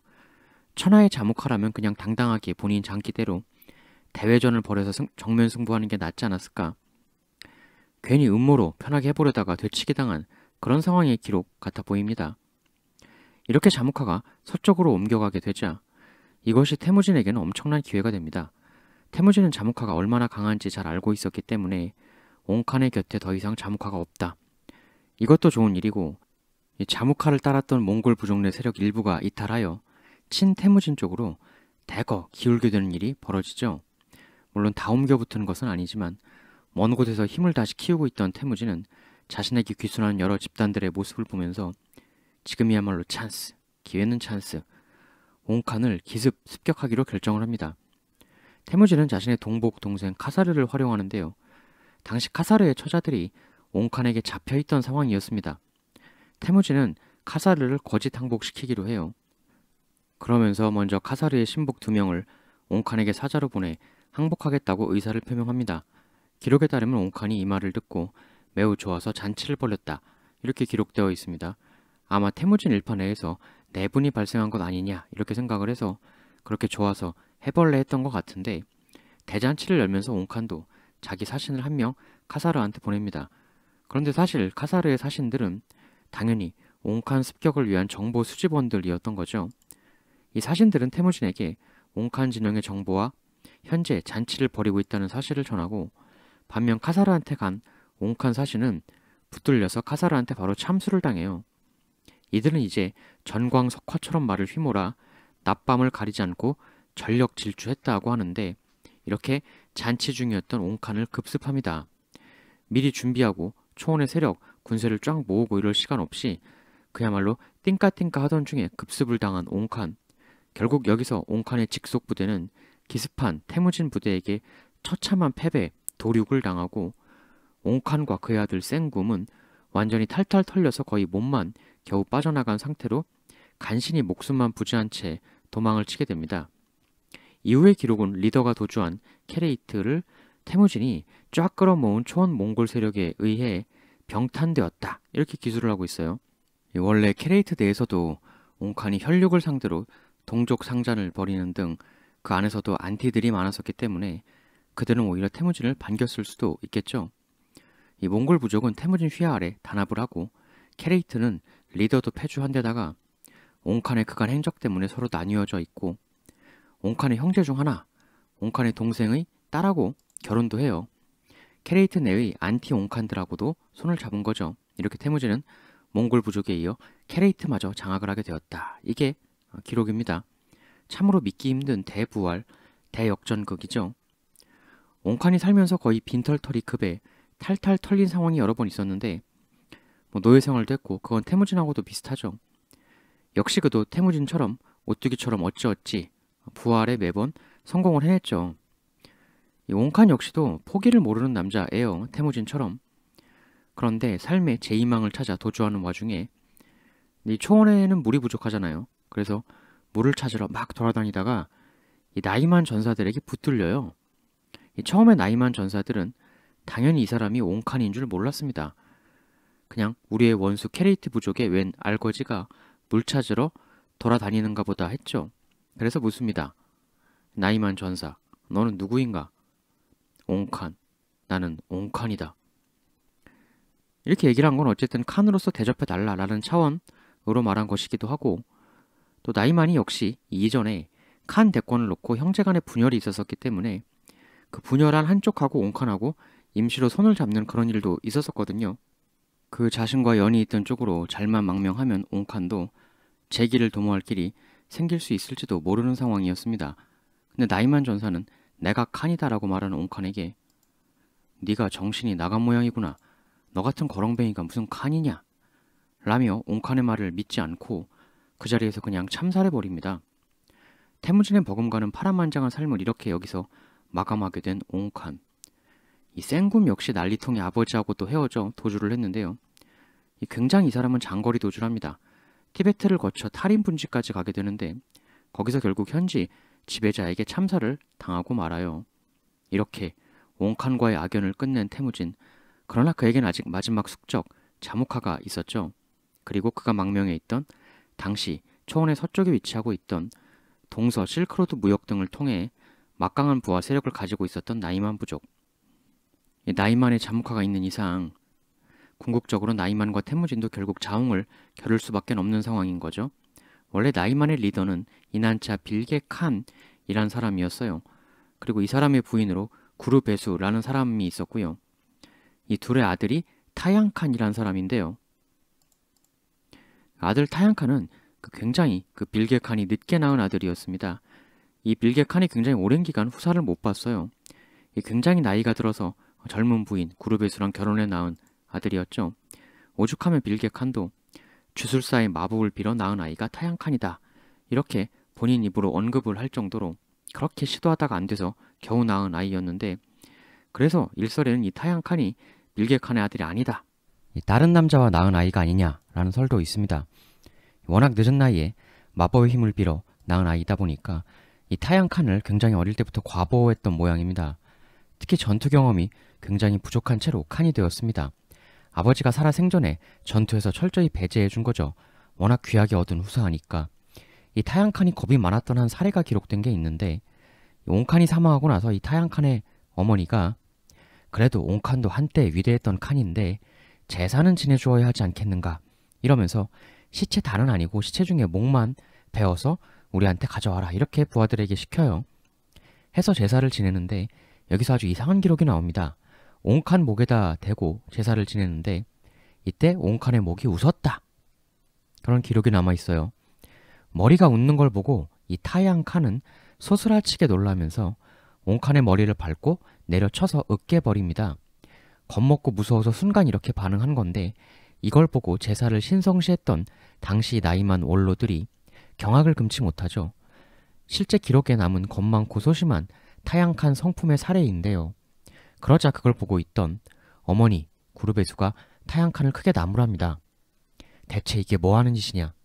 고작 그런 것에 놀라 이런 불길한 짓을 하다니. 어렸을 때부터 전투나 싸움도 못해보고 그저 약간의 사냥과 채집만 해오다 보니 저런 것에도 놀라는 연약한 마음을 가진 아이가 되고 말았구나. 기록에 따르면 이 말을 듣고 타양칸이 발끈해서 내가 유약하고 싸움에 익숙하지 않다고? 좋습니다. 그러면 저 동쪽에 있는 몽골의 태무진을 내 정벌에 보이겠습니다. 어차피 하늘에 두 개의 태양은 있을 수 없는 법이니 언젠가는 승부를 내야 할 터 내 본때를 보여주고야 말리라. 이래서 나이만과 태무진의 최후의 대승부가 시작되었다는 게 기록입니다. 물론 과장은 있겠죠. 승자 중심으로 패자를 깎아내리는 기록의 경향성이 이런 그 선구전 후 기록의 경우는 더 심할 테고 그건 감안하고 봐야 해요. 어차피 이들은 언젠간 붙었어야 할 운명이고 그리고 결정적으로 이쪽 진영에 자모카가 있었으니까 더더욱 이 갑작스러운 공격 결정 이야기를 듣자 나이만의 원로들은 너무 즉흥적이고 무계획적이라며 우려를 표명하지만 타양칸은 바로 작업에 들어갑니다. 무슨 작업을 하냐? 옹구트라는 부족이 있었어요. 이 옹구트에게 사신을 보내서 우리 나이만이 태무진을 공격할 테니 너희 옹구트가 우익을 맡아 협동 공격을 해다오. 이런 요청을 보낸 거예요. 근데 여기서 이 옹구트의 리더는 타양칸에게 오케이를 하기는커녕 오히려 이런 제안이 들어왔다는 걸 태무진에게 밀고 해버립니다. 태무진 진영은 이야기를 듣고 난리가 났죠. 큰일 났다. 비상이다. 나이만이 쳐들어온다. 태무진 캠프 핵심 간부들이 모여 긴급회의를 하는데 의견은 크게 둘로 나뉩니다. 1. 준비를 하고 수비를 하자. 2. 먼저 공격하자. 이번 안을 강하게 내세운 건 태무진의 이복 동생 벨구테이. 나이만 우리보다 사람 숫자가 많다고 저렇게 자신만만한 것 같지만 오히려 움츠러들 줄 알았던 우리가 되려 용맹하게 먼저 공격한다면 그들이 겁을 먹고 당황할 공산도 있습니다. 선제 공격을 해야 합니다. 태무진은 선제 공격을 결정합니다. 그러나 그의 머릿속에는 한 가지 우려의 포인트가 떠오르게 되죠. 바로 나이만에 붙어있는 전술의 귀재 자무카. 그렇기에 더더욱 서두릅니다. 상대에게 준비할 시간을 주지 마라. 자무카가 태무진에게 주었던 가장 큰 교훈. 태무진은 이때부터 최대한 빠르게 급속도로 공격을 준비해요. 어차피 양적으로는 국력적으로는 동서무역에 불을 쥐고 거대한 세력을 형성하고 있던 나이만을 정면으로 이기기는 쉽지 않았으므로 전격전으로 가는 게 최선이라고 본 거죠. 번개처럼 나이만 영역으로 쳐들어가서 변경을 지키던 나이만의 소규모 병력들과 작지만 첫 교전을 벌입니다. 이 소규모 변방 지키는 병력이었기에 이 나이만 경계병들은 조금 깔짝대다가 바로 후퇴했는데 이때 태무진 군의 말 하나를 가져가게 돼요. 근데 그 말이 아주 야위여서 가져온 말을 본 나이만 전사들과 지휘관들이 상당히 비웃었다라고 기록되어 있습니다. 일단 나이만 변경 지역을 1차 지나온 태무진 캠프는 여기서 다시 작전 회의를 하는데 이때 태무진의 도다이 체르비라는 한 장수는 이런 제안을 합니다. 확실히 우리 군 전체의 규모는 나이만에 비해 적습니다. 하물며 급하게 달려오느라고 사람과 말 모두 지쳐있는 상태입니다. 아무리 속도도 중요하지만 지쳐서야 제대로 싸울 수가 없는 법. 일단 여기서 진군을 멈추시지요. 여기서 사람과 말들을 매기고 한 번은 쉬어야 합니다. 다만 그냥 쉬는 게 아니라 병력을 최대한 넓게 산계시켜야 합니다. 그리고 한 사람이 5개의 횃불을 놓도록 하는 것입니다. 이는 우리 병력이 많은 것처럼 해서 저들이 쉬고 있는 우리에게 함부로 달려들지 못하게 하기 위함이고 또 적들을 혼란시키기 위함입니다. 이렇게 하여 일단 여기서 휴식하고 말들을 먹인 후 이후에 예상치 못했을 우리의 과장된 병력에 겁을 먹은 저들을 다시 전격적으로 몰아치는 것이 좋겠습니다. 태무진은 이 의견을 받아들입니다. 나이만의 척후병들은 생각보다 태무진 군이 엄청나게 빨리 변경을 돌파한 데다가 예상했던 것보다 훨씬 넓은 지역에 포진한 데다가 어마어마한 횃불 숫자를 보이니 나이만 척후병들은 기겁을 하게 됩니다. 그리고 그걸 타양칸에게 보고하죠. 타양칸 역시 크게 당황하고 움츠러들게 되는데요. 이에 타양칸은 이러한 전략을 공포합니다.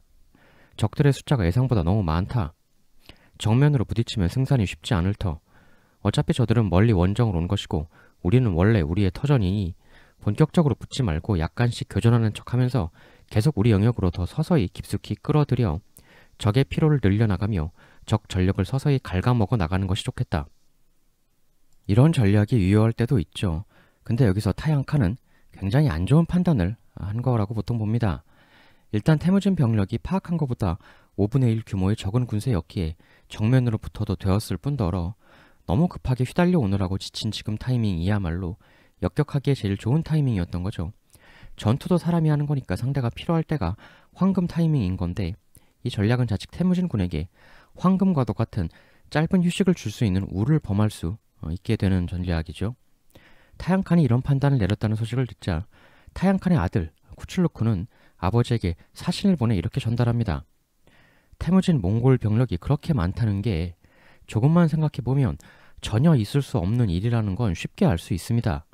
지금 자무카가 우리 쪽 편으로 있지 않습니까?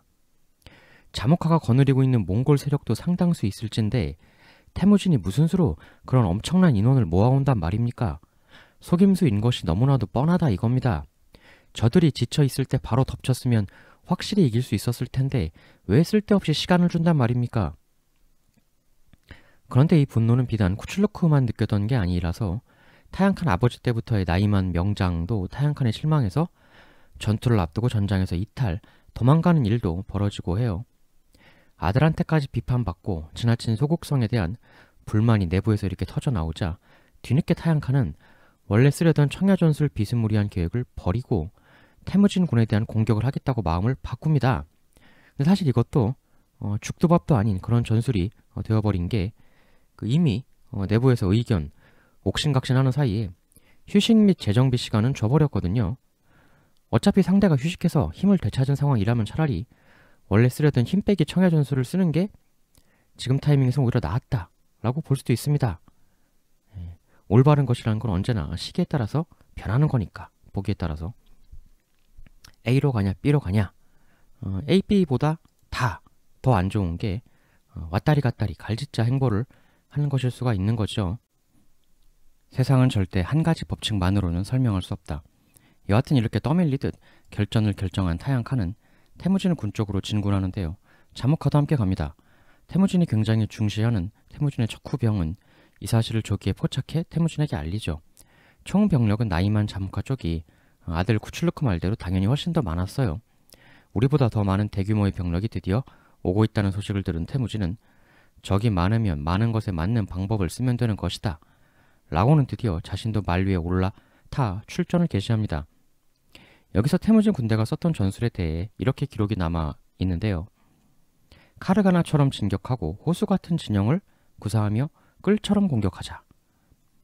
이게 태무진이 야심차게 준비해온 더 많은 규모의 나이만 자무카 연합부대를 격파할 전략이었는데요.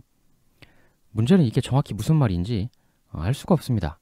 학자별로 이런저런 추론을 하고 있는데 딱히 뭐다 정답이 나와 있는 건 없거든요. 기록엔 딸랑 이렇게만 나와 있어서 여러 가지 추론이 있는데, 이 카르가나라는 건 식물입니다. 풀이에요. 요건 이제 정반대의 두 가지 해석이 있습니다. 이 카르가나가 밀집 대형이라는 얘기가 있고, 또 반대로 쫙 넓게 산기한 대형이다라는 해석도 있어요. 그 다음에 이제 호수 같은 진영을 구사한다. 이건 또 뭘까? 3. 끌처럼 공격하자. 이건 좀 알 것도 같죠. 끌이라고 하니까 일종의 날카로운 돌파형 대형이 아니겠느냐. 풀, 호수, 마지막에는 날카로운 돌파 대형으로 마무리, 이런 전술을 폈다는 건데, 여러 추론 중에 두 가지를 소개드리면, 일설, 기본적으로 이쪽이 병력이 더 많으니까 최대한 처음에는 병력을 태무진이 넓게 산계했다는 설이에요. 그러니까 두께는 얇지만 이렇게 옆으로의 길이는 최대한 넓게 산계시켰다는 거죠. 그러면 이 연합군 측도 이 넓게 퍼진 적을 상대하기 위해서 이 넓게 퍼져나가면서 공격을 해야겠죠. 이 상황에서 태무진 부대가 히트앤드런 방식으로 슬슬 활로 쏘면서 뒤로 조금씩 물러나면 이 연합군도 병력이 쫓아가면서 점점 퍼져나가는 거니까 산계가 더더욱 되어나가겠죠. 이렇게 산계를 시켜놓고 그 이후에 전격적으로 밀집 대형으로 바꿔서 산계된 한쪽 부분에 힘을 순간 다 집중해서 거기를 격파하고 적의 중심까지 뚫어버리는 거죠. 이거였다는 설이 하나가 있고요. 또 다른 하나는 아예 처음부터 밀집 대형을 구사했다라는 설이 있어요. 이렇게 강력하게 밀집시켜 놓은 다음에 병력을 이런 식으로 총 선, 중, 후 식으로 나누어서 먼저 선발대가 붙고, 이 선발대가 그 연합군의 선봉을 지치게 하고 화살 등을 소모하게 만든 후에 쉬고 있던 완벽 충전된 더 많고 강력한 2차 부대가 공격을 들어가고, 이러면서 돌파를 하고 마지막으로 후군이 결정타를 매기고, 이런 식의 시간차 공격을 구사했다는 설도 있습니다. 확실한 것은 최소한 세 가지 형태의 다른 진법을 시간차를 두고 변형시키는 전술을 태무진이 구사했다는 것이죠. 상당히 태무진이 고심 끝에 만들어낸 획기적인 기법이었다라고 많이 보고, 이 변화무쌍한 전술이 별다른 새로운 방법 없이 늘 하던 대로만 나왔던 타양칸 플러스 자무카 연합군을 완벽하게 격파했다. 그들은 여기서 태무진에게 기념비적인 대패를 당하게 됩니다. 이 타양칸은 높은 산지로 혼비백산 도망가게 되고 자무카 역시 싸움을 포기하고 전열에서 이탈 도주를 해버립니다. 하지만 자무카는 도망을 가면서 태무진에게 사신을 보내요. 그러면서 기록에 따르면 타양칸 부대의 세밀한 정보를 다 알려주었다 이렇게 나와 있습니다. 타양칸이 도주를 한 정확한 위치까지 알려줘요. 이 정보를 토대로 태무진은 타양칸을 빠르게 완벽하게 포위하게 되고 사방이 막히는 공포의 상황에서 타양칸 부대원들은 이성을 잃고 통솔이 상실된 채 무분별하게 도주를 하다가 숱한 사상자가 나오게 됩니다. 이렇게 나이만의 핵심 세력들은 괴멸이 되고 자무카를 따랐던 초원 세력들도 이 전투 후 일제히 태무진에게 다 귀순하게 됩니다. 케레이트뿐 아니라 나이만 역시 이제 태무진의 영향권 하에 들어가게 된 거죠. 태무진이 드디어 오랜 부침 끝에 확실한 초원의 절대 최강자로 등극하는 순간입니다. 이제 초원에서 더 이상 아무도 그를 예전의 이름으로 가벼이 부를 사람은 없어졌습니다.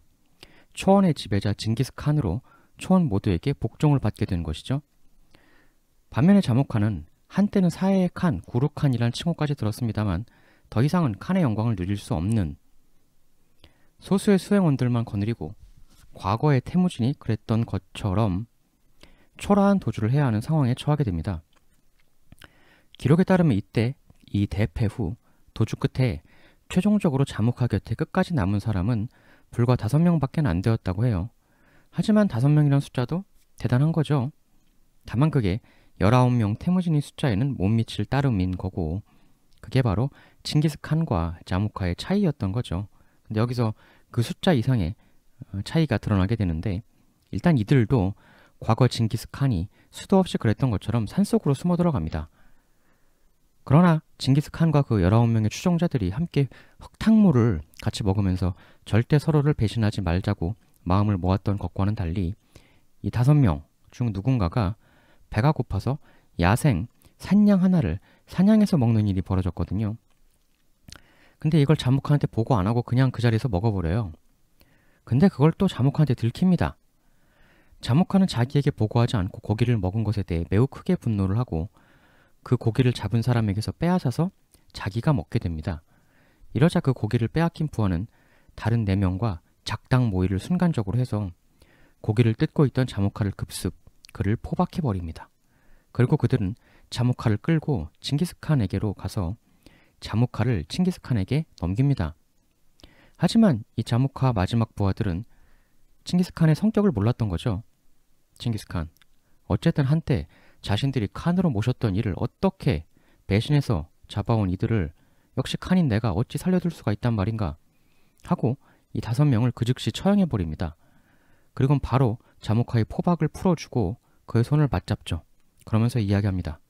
자무카, 나의 안다요. 드디어 우리가 다시 같은 장소에 함께 있게 되었구나. 우리 예전처럼 다시 친구가 되자. 수레의 바퀴는 언제나 2개가 하나의 짝이 되어 나아가지 않는가. 우리 앞으로 다시 한 쌍의 바퀴가 되도록 하자. 그리고 다시는 헤어지지 말자.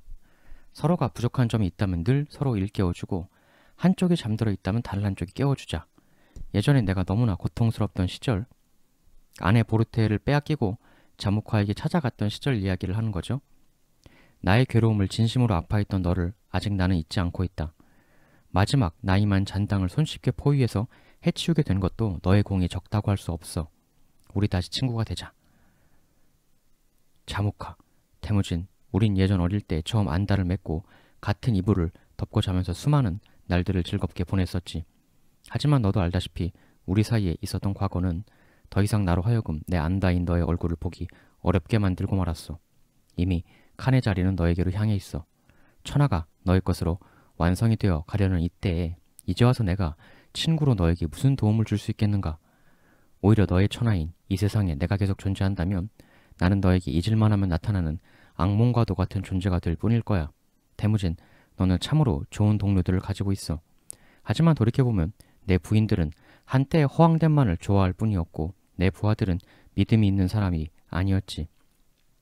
그 때문에 나는 1000명으로 너에게 졌던 거야, 태무진. 모든 건 하늘의 뜻이지. 그렇기에 태무진, 너에게 마지막 부탁이 있어. 빨리 나를 저 세상으로 보내줘. 나는 네가 하루라도 빨리 편하게 이 세상을 다스리길 바래. 나를 피가 나지 않게 세상을 떠날 수 있도록 해주고 높은 산에 나를 묻어줘. 그러면 나는 영원토록 너의 후손들에게 축복이 있기를 기원할게. 태무진, 사실 너와 나는 태어남부터가 달랐어. 오늘 이 결과는 모두 하늘의 뜻. 너는 진정한 하늘의 축복을 받고 태어난 칸인 것이다. 오늘 내가 한 말을 잊지 않고 후손들에게 길이길이 전해주길 바래. 결국 징기스칸은 자무카의 마지막 부탁을 받아들일 수밖에 없다는 것을 알게 됩니다. 그리고 피를 흘리지 않는 방식으로 자무카의 소원을 들어주고 정중하게 그를 묻어주죠. 여기까지가 징기스칸 인생의 일기라고 할 수 있겠어요. 인생 최고의 라이벌 자무카를 극복하고 초원 세력을 통일하는 것까지가 일기, 그리고 인생 2기는 초원 밖으로 세계로 나아가는 것이 2기라고 할 수 있겠는데요. 사실 이 이후에는 그 어떤 누구도 자무카만큼 칭기스칸을 고통스럽게 괴롭게 만들었던 존재는 없습니다. 2기 세계 정복의 과정은 자무카와 초원에서 숱한 승리와 패배, 몰락과 부활을 반복하면서 익혀왔던 것을 그냥 펼쳤던 것에 불과한 거죠. 칭기스칸의 군대가 왜 이렇게 강했냐? 수많은 분석들이 있는데요. 기병 운영 방식에서부터 병참 시스템 등등 여러 가지 이야기가 있지만 마지막 자무카의 유언에서 우리는 가장 중요한 핵심 포인트를 알 수가 있는 거죠. 신뢰입니다. 신뢰. 자무카왈, 나를 따랐던 이들은 허황된 허명만 따랐을 뿐이나 태무진 너의 동료들은 믿음으로 너와 뭉쳐있다. 그게 너와 나의 차이였다. 이게 핵심이라는 거죠. 보르추, 젤메, 그들과 칭기스칸이 서로에게 보여준 신뢰 등등. 기업이든 국가든 다 마찬가지예요. 자무카나 옹칸이 태무진보다 머리 쓸 줄 몰라서 지식과 기술이 부족해서 세력이 없어졌던 건 아니지요.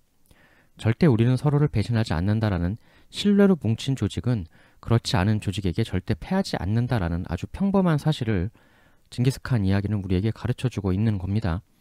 남을 믿고 또 남이 나를 믿어줄 수 있는 사람이 되는 것이 인생에서 가장 중요한 것이라는 거죠. 칭기스칸의 세계 정복 이야기, 그의 인생 이기는 또 그 정복하는 나라들의 배경 이야기 등등 스토리가 엄청나게 방대해지기 때문에 그건 나중에 시즌2에서 또 기회가 되면 하도록 하고 징기스칸 일대기 시리즈는 여기서 마치도록 하겠습니다. 다음 시간엔 더 재밌는 이야기 가지고 오도록 하겠습니다. 대단히 감사합니다.